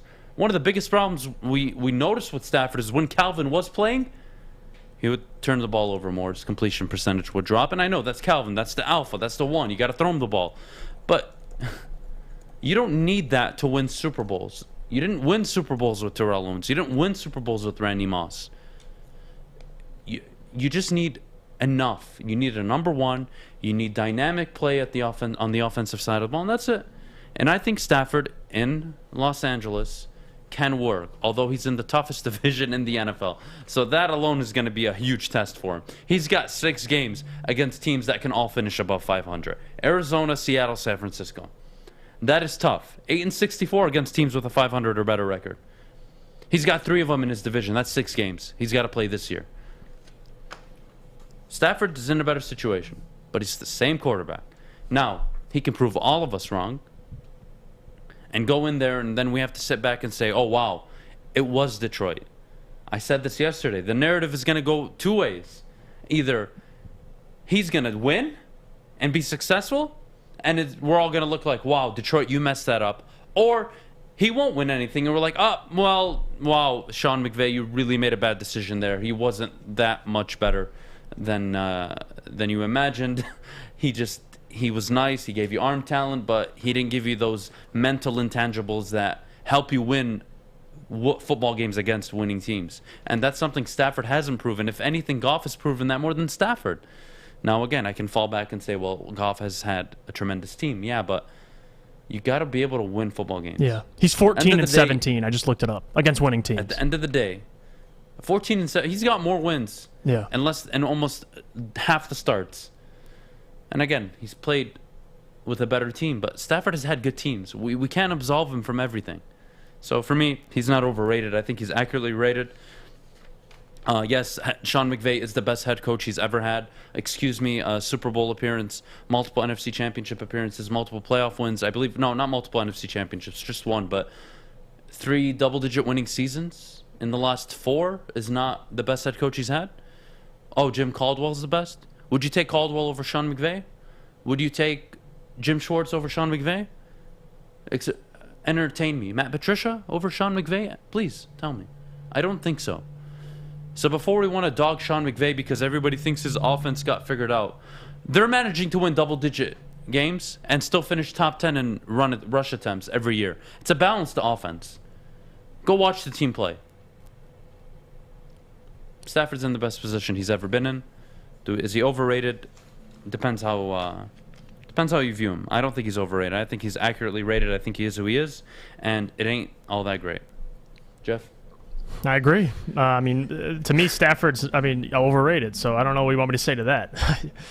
You're just reiterating what I said, so... Yeah, you tell him, Jeff. I'm not going to just keep talking about the same thing, so we're good. All right, well, coming up next, we have Would You Rather. Well, it's normally Would You Rather Wednesday, but I forgot we had Monday off when I was prepping for the show, so I'm an idiot. So it's Would You Rather Thursday, which doesn't have quite as nice of a ring to it. But we're going to get to that next. But first, Jeff, tell me about Lady Jane's. Yes, let me tell you about Lady Jane's because, fellows, football season is here. It's time to make your grooming experience easy like Sunday morning. Get to Lady Jane's. Haircuts for men. Walk in, relax, watch your game ready. Get to Lady Jane's, open 10 to 8, 7 days a week. Walk in anytime because it's wicked awesome. Okay, you thirsty little spin goblins. I want you to pedal into the next dimension. Spin it! Spin! Spin! Uh-oh! Carmen's falling behind. Let's give her the hiss of shame. Spin! Spin! Spin till you bleed! Don't ride the bike of shame. Come to Planet Fitness and find your own lane with tons of equipment, free fitness training, and no hissing.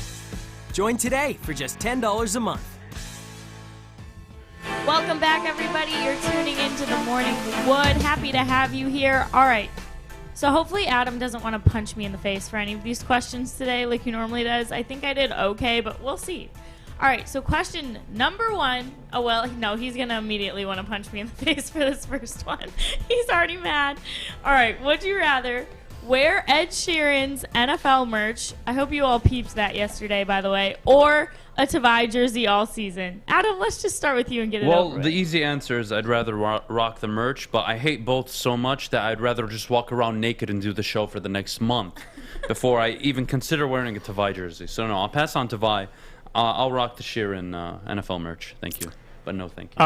Yeah, this is tough. I mean, I want to say Ed Sheeran, but because I'm not wearing a Tavai jersey, but I don't want to wear an Ed Sheeran NFL merch. Maybe I'll get the Tavai jersey. I'll just cut the Tavai name out. No, you got to wear it full blown. You got to represent. Okay, That's Ed why I'm Sheeran. saying it Give me should Ed be Sheeran. Give me Ed Sheeran. If I can't cut anything out of it, oh, look at that. I mean, I don't know. It's so funny. Like, why was this collab a thing? Why would I want? Oh, God. I would wear the hat. Well, That it's was a it. thing because he's performing at the NFL pregame entertainment, so that's why it's a thing. Oh, Well, good for really? him. You know, good for him. Thanks for knowing that, Fish. Just thought it was so confusing. I was like, why is he doing this? All right. Next. Would you rather get sacked by an unblocked J.J. Watt or Sue? I'm going J.J. Watt. Because Sue would, like, put physical harm on me and step on me when I'm on the ground. So you know what? True. I'll do J.J. Watt. I feel like he'd take care of me. He would probably throw me to the ground and be like, you good? Yeah, all right. Yeah, like, Sue would just step over me, maybe spit on me a little bit. Like, I don't want smoke with that man. So give me J.J. Watt. Just because I'd have so much respect. I'd probably be more astonished getting sacked by him. So I would rather get sacked by J.J. Watt for the mere fact that I know if he did it to me, he'd help me get up and be like, hey, man, you good? Right. I feel like if Sue did it to me, he would kick you. He would hit me and then he would kick me while I was down. He wouldn't, pick me up. So I'm going to go with the safe answer and say J.J. Watt, although I'll probably be in the hospital either way. the right answer is neither. Like, you don't want to take a hit from any of these guys, but, take the less mean of a man. Correct. All right. Would you rather see the Lions God. spend $50 million in free agency for Golden Tate or Kerryon Johnson? This is a Bob Quinn move for either of these moves. But you know what? I'm going Golden Tate because we need wide receivers. Come on. I don't know. I'm not going Kerryon like the luggage because this man is not going to get many carries anyway. So you get Golden Tate. I don't know. I love him. He's a legend here. So bring back Golden Tate. Not for $50 million. This question. This is not annoying. for $50 million, but For 50 or 15? 50. 50 million for. I would rather die than pay either of them. I'd rather sacrifice my future on this earth than give either of these guys $50 million. I would rather perish forever. You don't have to hear from me ever again, guys. Congratulations. I am better off taking my own life than being that irresponsible and giving either of those bums $50 million right now. What a joke. What's up with these questions? I write them. That's what's up with You're them. driving me crazy. You have to pick one, Adam. Who are you picking? I would Are you thinking about build this? a contingency. I would give Golden Tate the money, given that half of it he would invest into a golden fast food restaurant, something similar like that. That way I'm kind of benefiting on the side. It's like a business move. It's like a business move. I I'm not like giving that. him $50 million for what? Get out of here. Who'd Get you outta say, here. Jeff? Who are you giving it to? Oh, Tate. Yeah, Golden Okay. Tate. We'll make a fast food place called the Golden Nugget. No, That's too I'm close down. to the Golden Arches. I think Mickey D's might get mad. No, they can get mad all they want. That's why we have $50 million. We'll fight any lawsuit from Golden Tate's money. He'll just pay for it. Golden He'll have Tate. to pay for all of it. Mickey D's, I don't think 50 mil is anything to them at this point. But all right. All right. Oh, this one's heartbreaking. I don't even know why I wrote this. Would you rather? You, Jack. I can't swear, but you're a horrible person for writing this. Would you rather I really thought I was safe, and then I reread these, and I was like, no, yeah, Adam's going to be mad at me. Would you rather have the Lions lose the Super Bowl, if they ever get there, due to an interception in the end zone or a missed field goal? Okay, this is hard because I want to say field goal because then you could say, well, if we would have made the field goal, everything would have changed. It's not like as easy as you throwing the ball into double coverage and then thinking, well, we had no shot because of our quarterback. So I don't know. I feel like it'd be easier to swallow an interception because you can't do anything about it. You're like, hey, that's what the quarterback. I mean, what do you want me to do? I mean, our quarterback threw an interception. But if you lose by a field goal, God, I mean, my buddy's a Bears fan, and I saw his reaction when the double doink happened, and it wasn't even a Super Bowl close to that, but just the reaction when someone misses a kick like that, God, I would not want to experience it. But you know what? I'm going to go with a field goal because I feel like it'd be easier to digest. You could be like, listen, if we would have made the field goal, we would have won like a pick. I mean, the quarterback just threw an awful pass. You can't really do anything. Okay, first of all, if the Lions ever make a Super Bowl, of course, it's all. I hope to God we're not in this hypothetical situation. That's number one. Number two, if you miss a field goal to lose the Super Bowl, you will be traumatized and scarred for life. And I'm not even joking, to an extent you could never imagine. Your quarterback throwing an interception in the red zone is a common thing that happens in the NFL throughout the whole season. Red zone turnovers. It's normal. Happens. Doesn't happen often, Still but it not a good happens. thing, though. A missed field goal to not win the Super Bowl, you would do two things. Well, three things actually.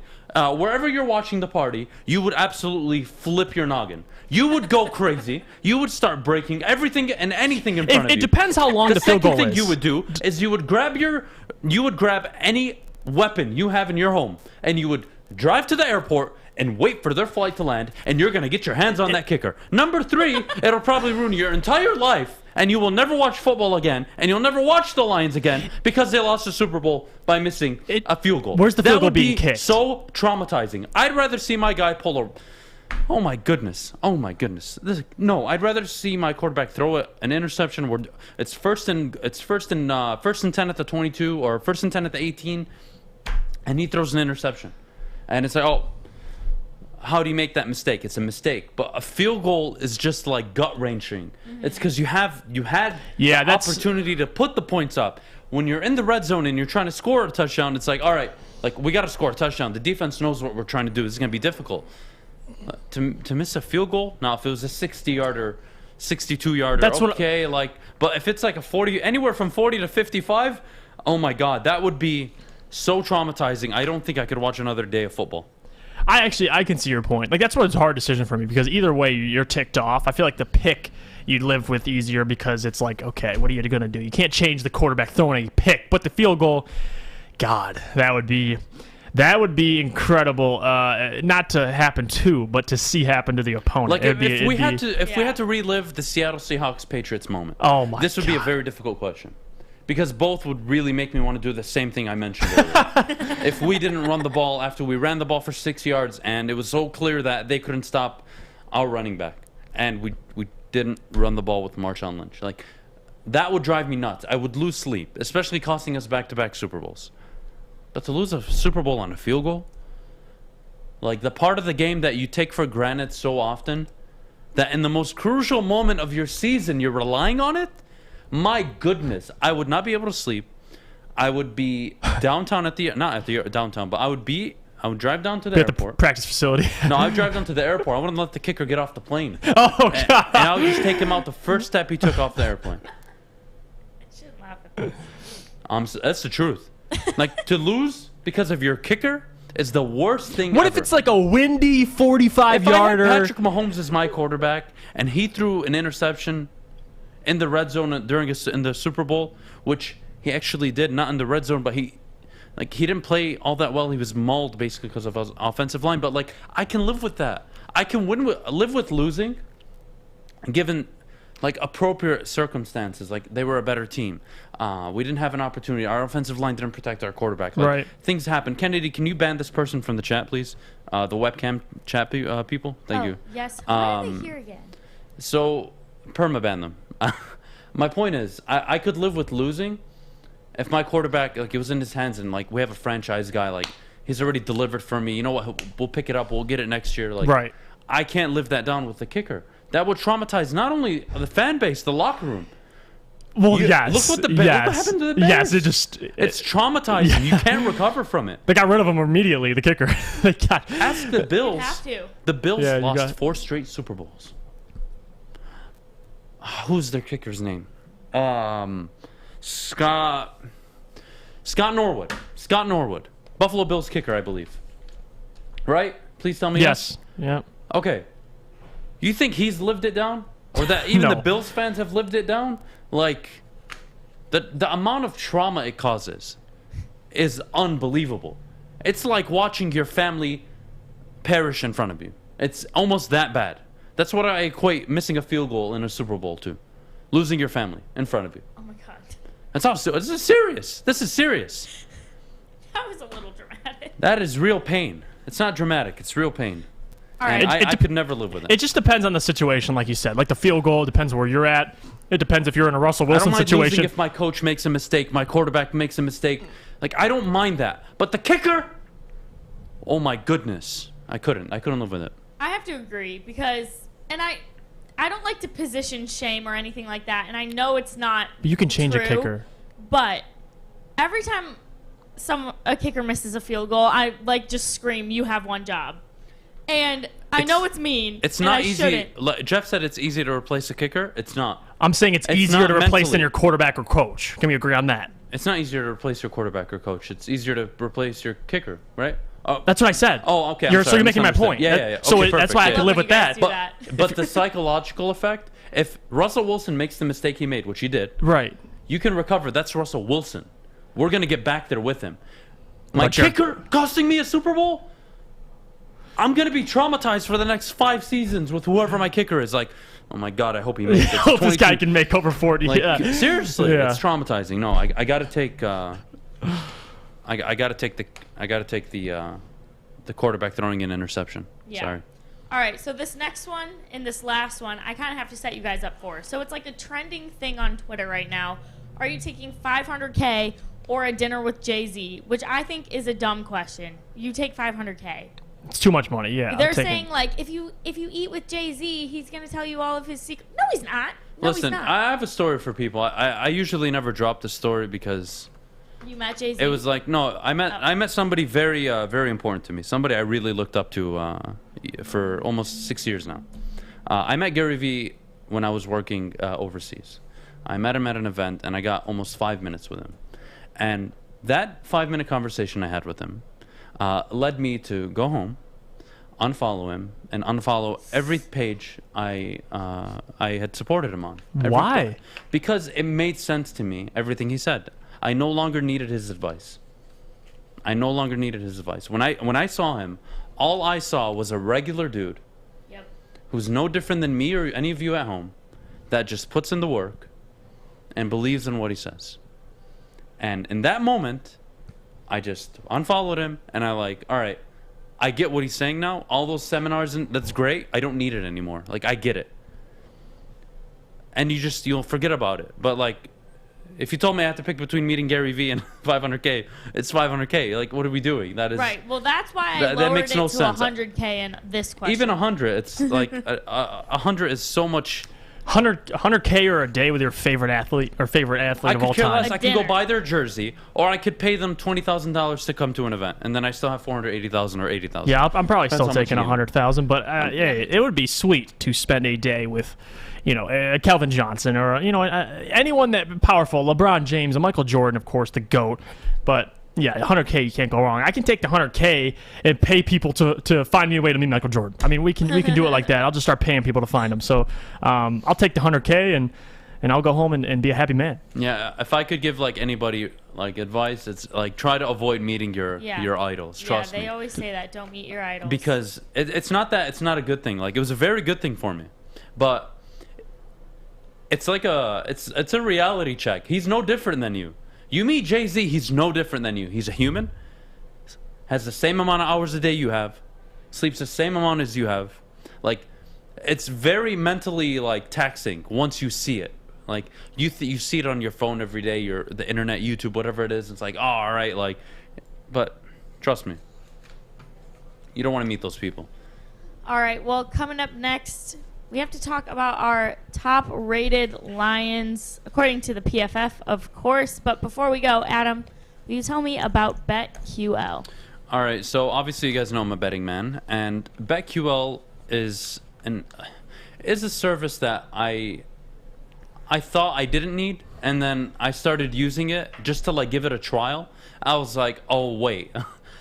It kind of thinks like me. And when I don't agree with the scenarios and the simulations it gives me reasons why. It's not just heads or tails, take the Patriots over the Jets, or take tonight the Bucs over the Cowboys. No, it gives me like volatile reasons. Like, hey, if you're taking the spread, here's your risk. Here's why. Like, it's a very informative, data-driven software. It's a subscription I encourage all of you to sign up for. Their computer models scan over 350,000 scenarios.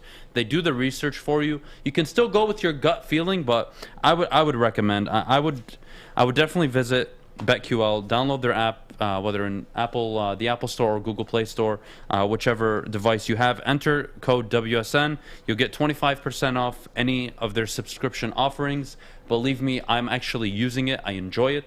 I think it's beneficial for the betting man or woman. It really gives you like that either extra backup, like, hey, I needed that extra like push to make my bet, or like, oh, you know what? I need to consider this before I make the bet. It's a really good educational tool. I'd recommend it to all of you at home. Opa! Introducing Papa Romano's new Greek pizza, a tasty blend of bold Greek flavors and Mediterranean toppings, including feta cheese and Greek dressing. Get a large Greek pizza for a limited time for $16.99. Order now at paparomanos.com. Morning, Art. Morning, D-Mac.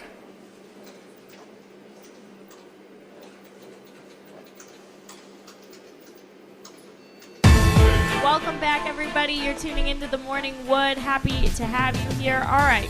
So, Levi, I am not going to attempt to say his last name, but you know who I'm talking about, was among the top-rated PFF-graded Lions in rookie preseason with an 84.5. That made him the second highest-rated Lion in PFF rookie history.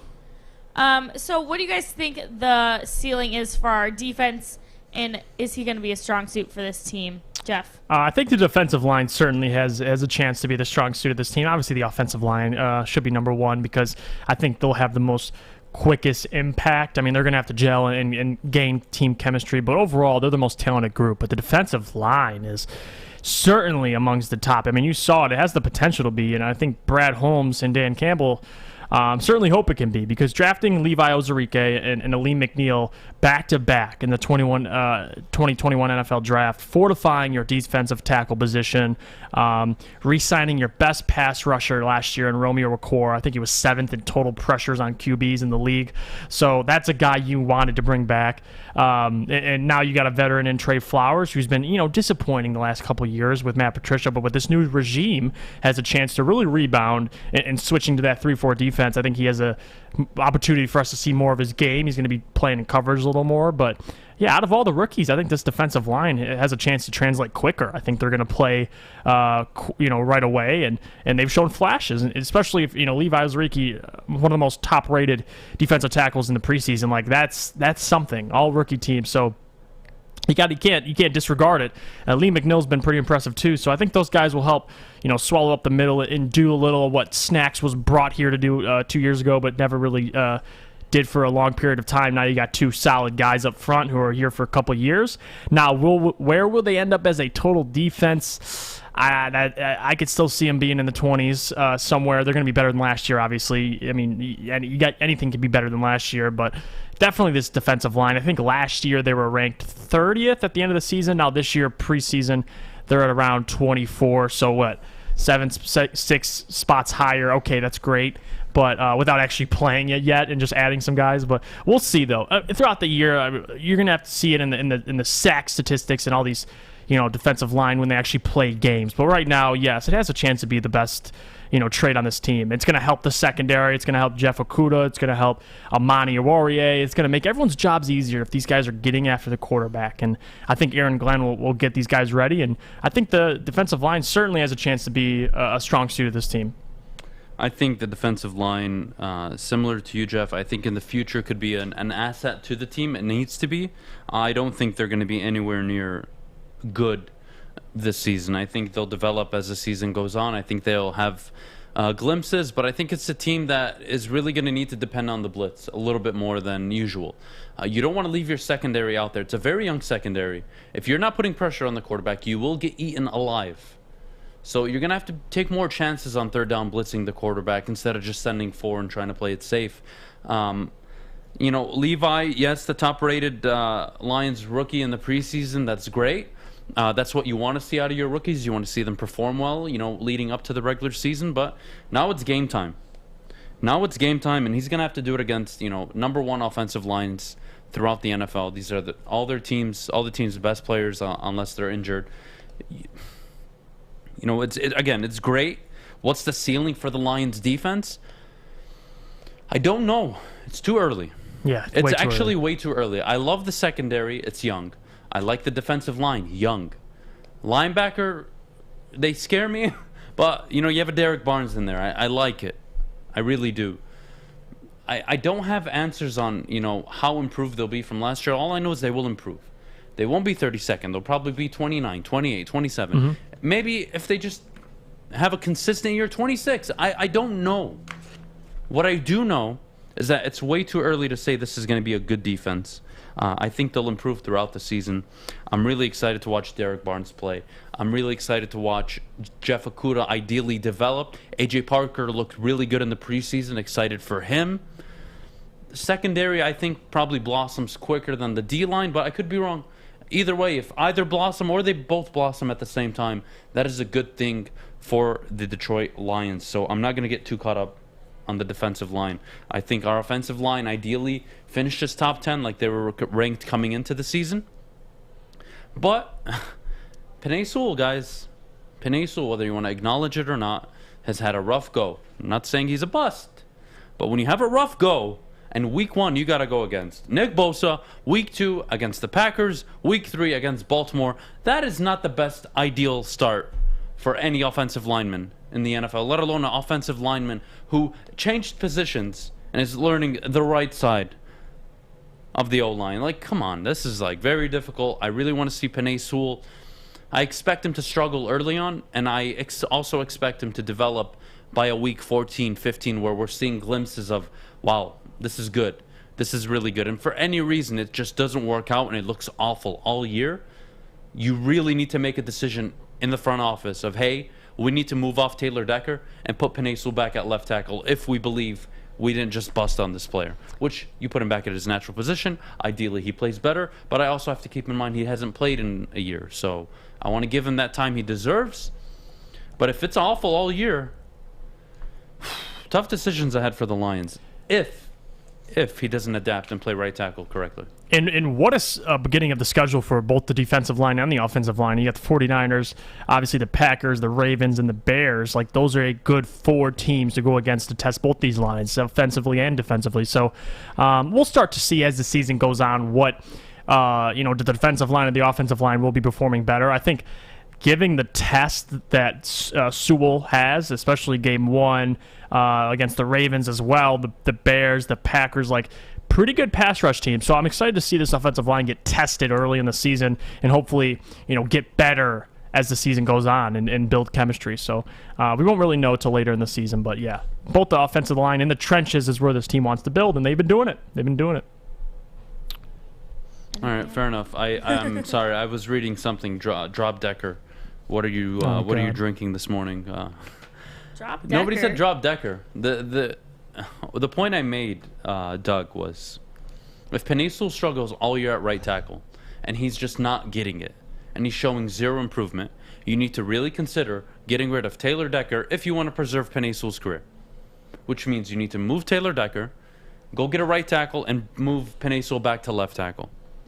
Is that ideal? No. Ideally, Penei Sewell works out on the right side of the football, on the right side of the field. But You don't know that. So if Sewell has an awful year, I think you need to have the discussion. Now, do you want to go in year 2 and give him right tackle in year 2? Sure, that's fine. But at what cost? If he has back-to-back horrendous seasons, where does that leave him mentally? How will he ever grow? So, ideally, I think he'll be okay. I think Penei Sewell is just going to have to take his punches early on in the year. Probably midway into the year, you'll probably start seeing a more comfortable, a more physical Penei Sewell. I don't think he'll have a horrible season, but I think the beginning parts of it, you'll see like get tested early. He'll be tested early, and I think he'll, as he gets more reps, and he'll become better and better. And ideally, you keep everything intact on the offensive line, but you also have to account for the what if or the plan Bs of if this doesn't work out on the right tackle. Do we? And I agree with you. Do we just leave him out there to basically get killed every game, or are we going to move him to left? But what happens if we move him to the left and he's not that good either? What if we just completely missed? I mean, these are all scenarios that could happen. I don't think they will happen, but I do expect Penei to struggle to start the season and then pick it up as he goes. So that's that. All right, well, coming up next, we've got Fish's Facts, my favorite part of the entire day. So stick around for that. But first, we need to hear about our friends over at Levels. All right, guys. Levels, I talk about them all the time. Probably one of the cleanest, most operational dispensaries in the area. Go visit them. They're off Sherwood and 9 and 10 Mile. Starting today, basically, you can get 10% off just by mentioning Woodward Sports. So when you do visit Levels, or you do download the app, mention Woodward Sports. Use code WSN10, and you'll get 10% off. Or if you're in store, just mention Woodward Sports. They'll give you a 10% discount.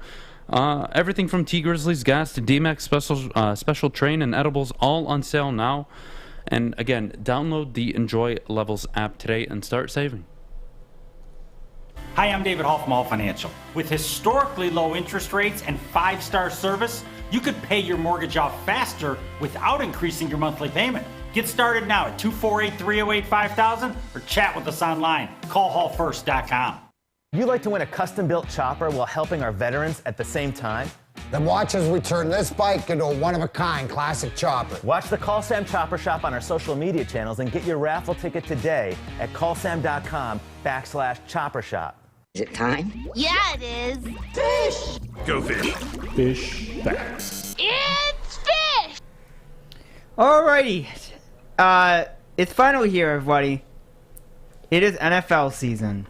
It is. I'm excited. First official game at 8:20 p.m. Eastern time tonight. So, yeah, you guys are probably very excited. Adam, are you going to be here watching it somewhere? Where? I want you to be at home watching the game. No, I'm Zero going to be stress. downtown, Fish. I'm going to be downtown because we're going to be downtown at the Tin Roof broadcasting a pregame show. So, don't forget about that, buddy. I did not. We have a video today, and over the weekend, this guy decided to make GTA a reality by flying a plane through a tunnel. No. And he did it at 152 miles per hour. Jesus. Yeah, that is GTA. The guy's name is Dario Costa. Becomes the first person in the world to fly a plane through 2 tunnels. Reach speeds of 100 and, or whatever. It's 245 kilometers per hour. And he did it in 44 seconds. To make it worse, he's never flown a plane in a tunnel before. Okay, Fish, that last thing you just said kind of scares me. But you know what? Let me ask you this. If you're in that plane and you bump the little steering wheel a little bit, just a little done. tap, a little You're love done. tap, you're completely done, is what you're Yes. saying. Okay.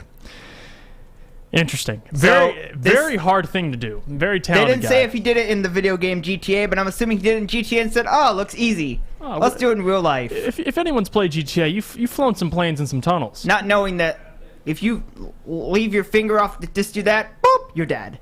Yeah, it's too risky. Why risk? Is he like a stunt? Does he do this for a living? I don't know. I don't know that guy's background. I was assuming he's a stunt devil, but he's never flown a plane in a tunnel before. So that Has anybody really? Like, is that something you could just go on and be like, yeah, I flew this plane in a tunnel? It just doesn't seem like seems like an idiotic thing to do. I mean, maybe that's just me. That's why they're who they are. But congratulations to him. He did a pretty good job. We go to baseball. Most consecutive games reaching bases safely, players 20 years of age or younger. Wander Franco, he's looking pretty good. He's got 38 of them. Frank Robinson back in 1956, Maz's time, got 43. Oh, good. And, you know, he's still playing, so he could get much more. There's, 25 games left in the season? Still go. A lot more left baseball left. Speaking of a lot more baseball left, most home runs in a season, primary position catchers. So most home runs by being a catcher. Salvador Perez, 42. Javi Lopez and Johnny Bench got 45 and 43. That's crazy. So you don't see a lot of catchers hitting home runs. 42 homers as a catcher. That's in his career, which you would assume. I mean, catchers are supposed to, catch the ball. They're not known for power. Well, they're known for throwing power, not really hitting power. Yeah, and these Same guys as can hit power. pitchers. Pitchers are also not known for hitting baseball, but you do see him. Bartolo Colon, which, by the way, Bartolo Colon is a fat person. Hit a home run. So, congratulations to him. That was a couple years ago, by the way. He did in Padres Stadium, so you guys don't care. But we should care about Juan Soto. I care about Juan Soto. 94th career home run. 6th most by a player before turning the age of 23, trailing behind these names from the 90s or 1900s, actually. Mel Ott, 115. Matthews with 112. Caglio with 104. Harper with 97, which, by the way, overrated. Harper, 97. Alex Rodriguez, 95. Yeah, I was just about to say, our guy Bryce Harper's up there. The man we all called a little overrated. I kind of agree with him. He took a 10-year deal with the Phillies. That's not a smart move for him. Yeah. Bryce Harper is definitely overrated. He can't even bat 300. He leaves the Nationals. They win the World Series that year. Overrated. Get him out of my face. It doesn't help that he took a 10-year deal with the Phillies, so all he has to do is sit on the bench. And he earns money. Speaking of earning money, we have birthdays today. And today is NFL kickoff day. Happy birthday to everyone. It is the 9th of September. Adam Sandler. Happy birthday to Adam Sandler. I love Adam Sandler. Several movies, several sports movies, actually. Happy Gilmore, which is an iconic movie. I thought he said Adam's Family. He is a natural hooper. Adam Sandler. Speak up, Fish. Adam will hoop anywhere, anytime. Of all time. Yeah, no, Sandler's the man. And he can ball. He can ball. 1966 for him from Brooklyn, New York. We have another one, Joe Theismann. 1949. American football quarterback. Adam, you remember him? Adam just shakes his head. He's like, The guy who was high when the Cavs played the Warriors, and he thought they were up by 1. Yes, J.R. Smith. Idiot. Well, it's his birthday, so wish him happy birthday, J.R. Smith. Happy birthday, J.R. Smith. Good luck playing collegiate golf at 30-something years old. Yeah, it's crazy. Good for him. Is he at North Carolina State or North Carolina A&T? Yeah, he's going back to school, actually. He's like tweeting out his experiences while going through college. Like, I just failed the test. Well, imagine doing that. Imagine going from winning NBA championships. He was on the Lakers when they won. Now he's back at college playing golf. Wasn't the last test he failed. Failed many of those in NBA. We go. Yeah. Those are the birthdays. Those are facts. We'll be back tomorrow for Friday. I have a birthday for you. Okay. Did you say Michael Bublé? I did not say Michael Bublé. It's his birthday, too. Hey. I heard it on the radio this morning on the way to work. Fish got good one job. more. Happy birthday to Michael I Bublé. got an extra. All right. Well, Blake Griffin finally is understanding us Detroiters, right? He came out and said, you know what? I'd hate me, too, if I was a Detroit fan. So, you guys, I want to know, what did you dislike most about Blake Griffin?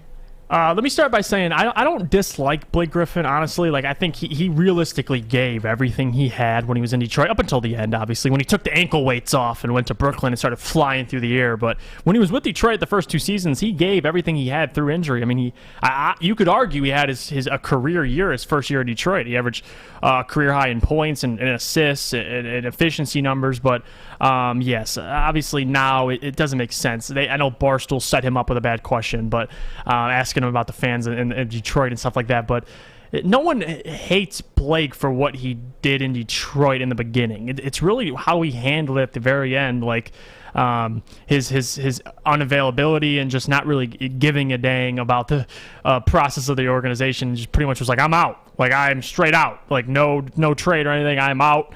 And I'm not playing until I'm out. So that's just kind of where people are a little salty about, and I could see why. I mean, he honestly looked like a shell of himself when he left Detroit, and they went to Brooklyn, and still didn't look very good, but he was better. Dunking, though. Yeah, he was dunking, and that's all I needed to see to know He wasn't. He was faking. He You was guys are faking. so in Detroit. dramatic. Listen, the guy's a quitter. The guy's a loser. Oh He's a my career God. loser. He did accomplish nothing in his NBA career outside of jumping over a Kia. So I'm not even going to acknowledge it more than this. He's a loser. I could care less what he thinks about Detroit. And what does he know? I would hate me too. Yeah, no. Duh. Duh, you would hate you. Who wouldn't hate a guy that actually thinks he's a number one, but he's actually not even a number 3 in the league? He's not even that good. He had a very good year one with Detroit. I will give him that. He had a lot of guts to play against the Bucks, I believe. Was it the Bucks? No, the Cavaliers. Yep. Where they got swept. He showed a lot of heart playing through that series. Great. First round sweep, baby. That's an accomplishment. Now we got to treat you like a king because you got to swept out in the first round, bro. Wow. Yeah, shut up, Blake Griffin. Just go to the Nets. Do your thing. Go get knocked out in the playoffs again. Just keep doing what you're doing. Rely on KD, Kyrie, and James Harden. That's fine, man. You're good. You're a good number 6 on that team. It's a really good fit for you. Yeah. I'm not even gonna acknowledge the guy. Like, For no. those who didn't see it, his very sassy comment was, the 2018-19 season, I was an all-star, all-NBA, I dunked a few times, played in the playoffs injured, but yeah, I'd hate me too, Detroit. So All very NBA sassy. third team. All NBA third team. Clap it up, guys. Blake Griffin, the transcendent superstar in Detroit that led them to an 8 seed and a first round sweep. You That's know great. what? People only know who he is because he dated Kendall Jenner. And He's that's a bum. that. I can't believe we're talking about Blake Griffin, honestly. The guy has never been considered one of the best at his position, let alone in the NBA. Like, what are we doing? I'll give you this. He's speaking of overrated. He was number 1 overall pick. So looking back at his career, yes, it's disappointing. It is but a disappointing career. All he can do Yeah. is dunk. Congratulations. That's our definition of success now in the NBA. And he's funny. Wow, you can dunk. Yeah. Like Congratulations, all bud. Giants. I'm not interested. Whatever. I could care less what he thinks about Detroit. I'm glad he's gone. He held back a rebuild along with Stan Van Gundy, Andre Drummond, and Reggie Jackson. I'm not interested. They can all go. Goodbye, good riddance. Don't want to hear from them. I don't know why Detroiters would even hate Blake Griffin. He was a bum. He was nothing special. It's not like you lost your prime superstar. It's not like he left like LeBron James left. Right. Where this guy gave you all his career. He was the best player in the league and he left. The dude wasn't even a top 30 player in the NBA. Not even top 50. Get away from me. All right, Adam. Well, it's Thursday, which means what happens tomorrow for the people at home? My goodness. My favorite part of the week. Friday, we broadcast at one high school every single week. This week, it just so happens to be between Harper Woods at St. Mary's Prep. We'll be down there. It's a 2-0 undefeated matchup. Both teams 2-0. Stream starts at 9 o'clock. It'll be live on Facebook, YouTube, and Twitter. We'll be down there giving away a bunch of cool swag, along with a halftime kick for $10,000. You must follow Woodward Sports to qualify, and you must attend the game, of course. And we'll select somebody from who attends the game to kick for the 10K. So nothing to lose. Go enjoy some high school football and potentially walk away with 10K. I do recommend not showing up to the event in cowboy boots trying to make this field goal. No, but that was so iconic. that I loved it. I gotta respect the guy for at least giving it an attempt. It was awesome. And then, of course, Sunday, let's not forget, Let us not forget. Lions football. We'll be down at the Tin Roof, 11 a.m. to 1 a.m. We'll be broadcasting our Lions Sunday pregame show along with the Riff and DraftKings. It'll be Ryan Armani, Tom Mazaway, Jade from Riff, and we have, of course, Braylon Edwards and more. All for a pregame show live. We're going to be covering the actives, inactives. We're going to give you keys to the game. We're going to preview everything leading up to the week. Any news that changes, we're going to have Corey Woods at Ford Field giving us the latest updates. It's going to be a great show. Consider it a home opener party. Bring in the first game of the Dan Campbell and Brad Holmes era. This is game one. New culture, new regime. Here we go. And we're excited to be a part of it. Yep, and you can win front row tickets to the 49ers game. All you have to do is tell us, your friends on the Morning Wood, and the kind people at Wicked Awesome Wishes why the person you're nominating for the tickets deserves them. Go to wickedawesomewishes.org by today to make your nomination. Make sure you go to wickedawesomewishes.org. Thanks so much for hanging out with us today, you guys. We'll see you right here, same time, same place tomorrow.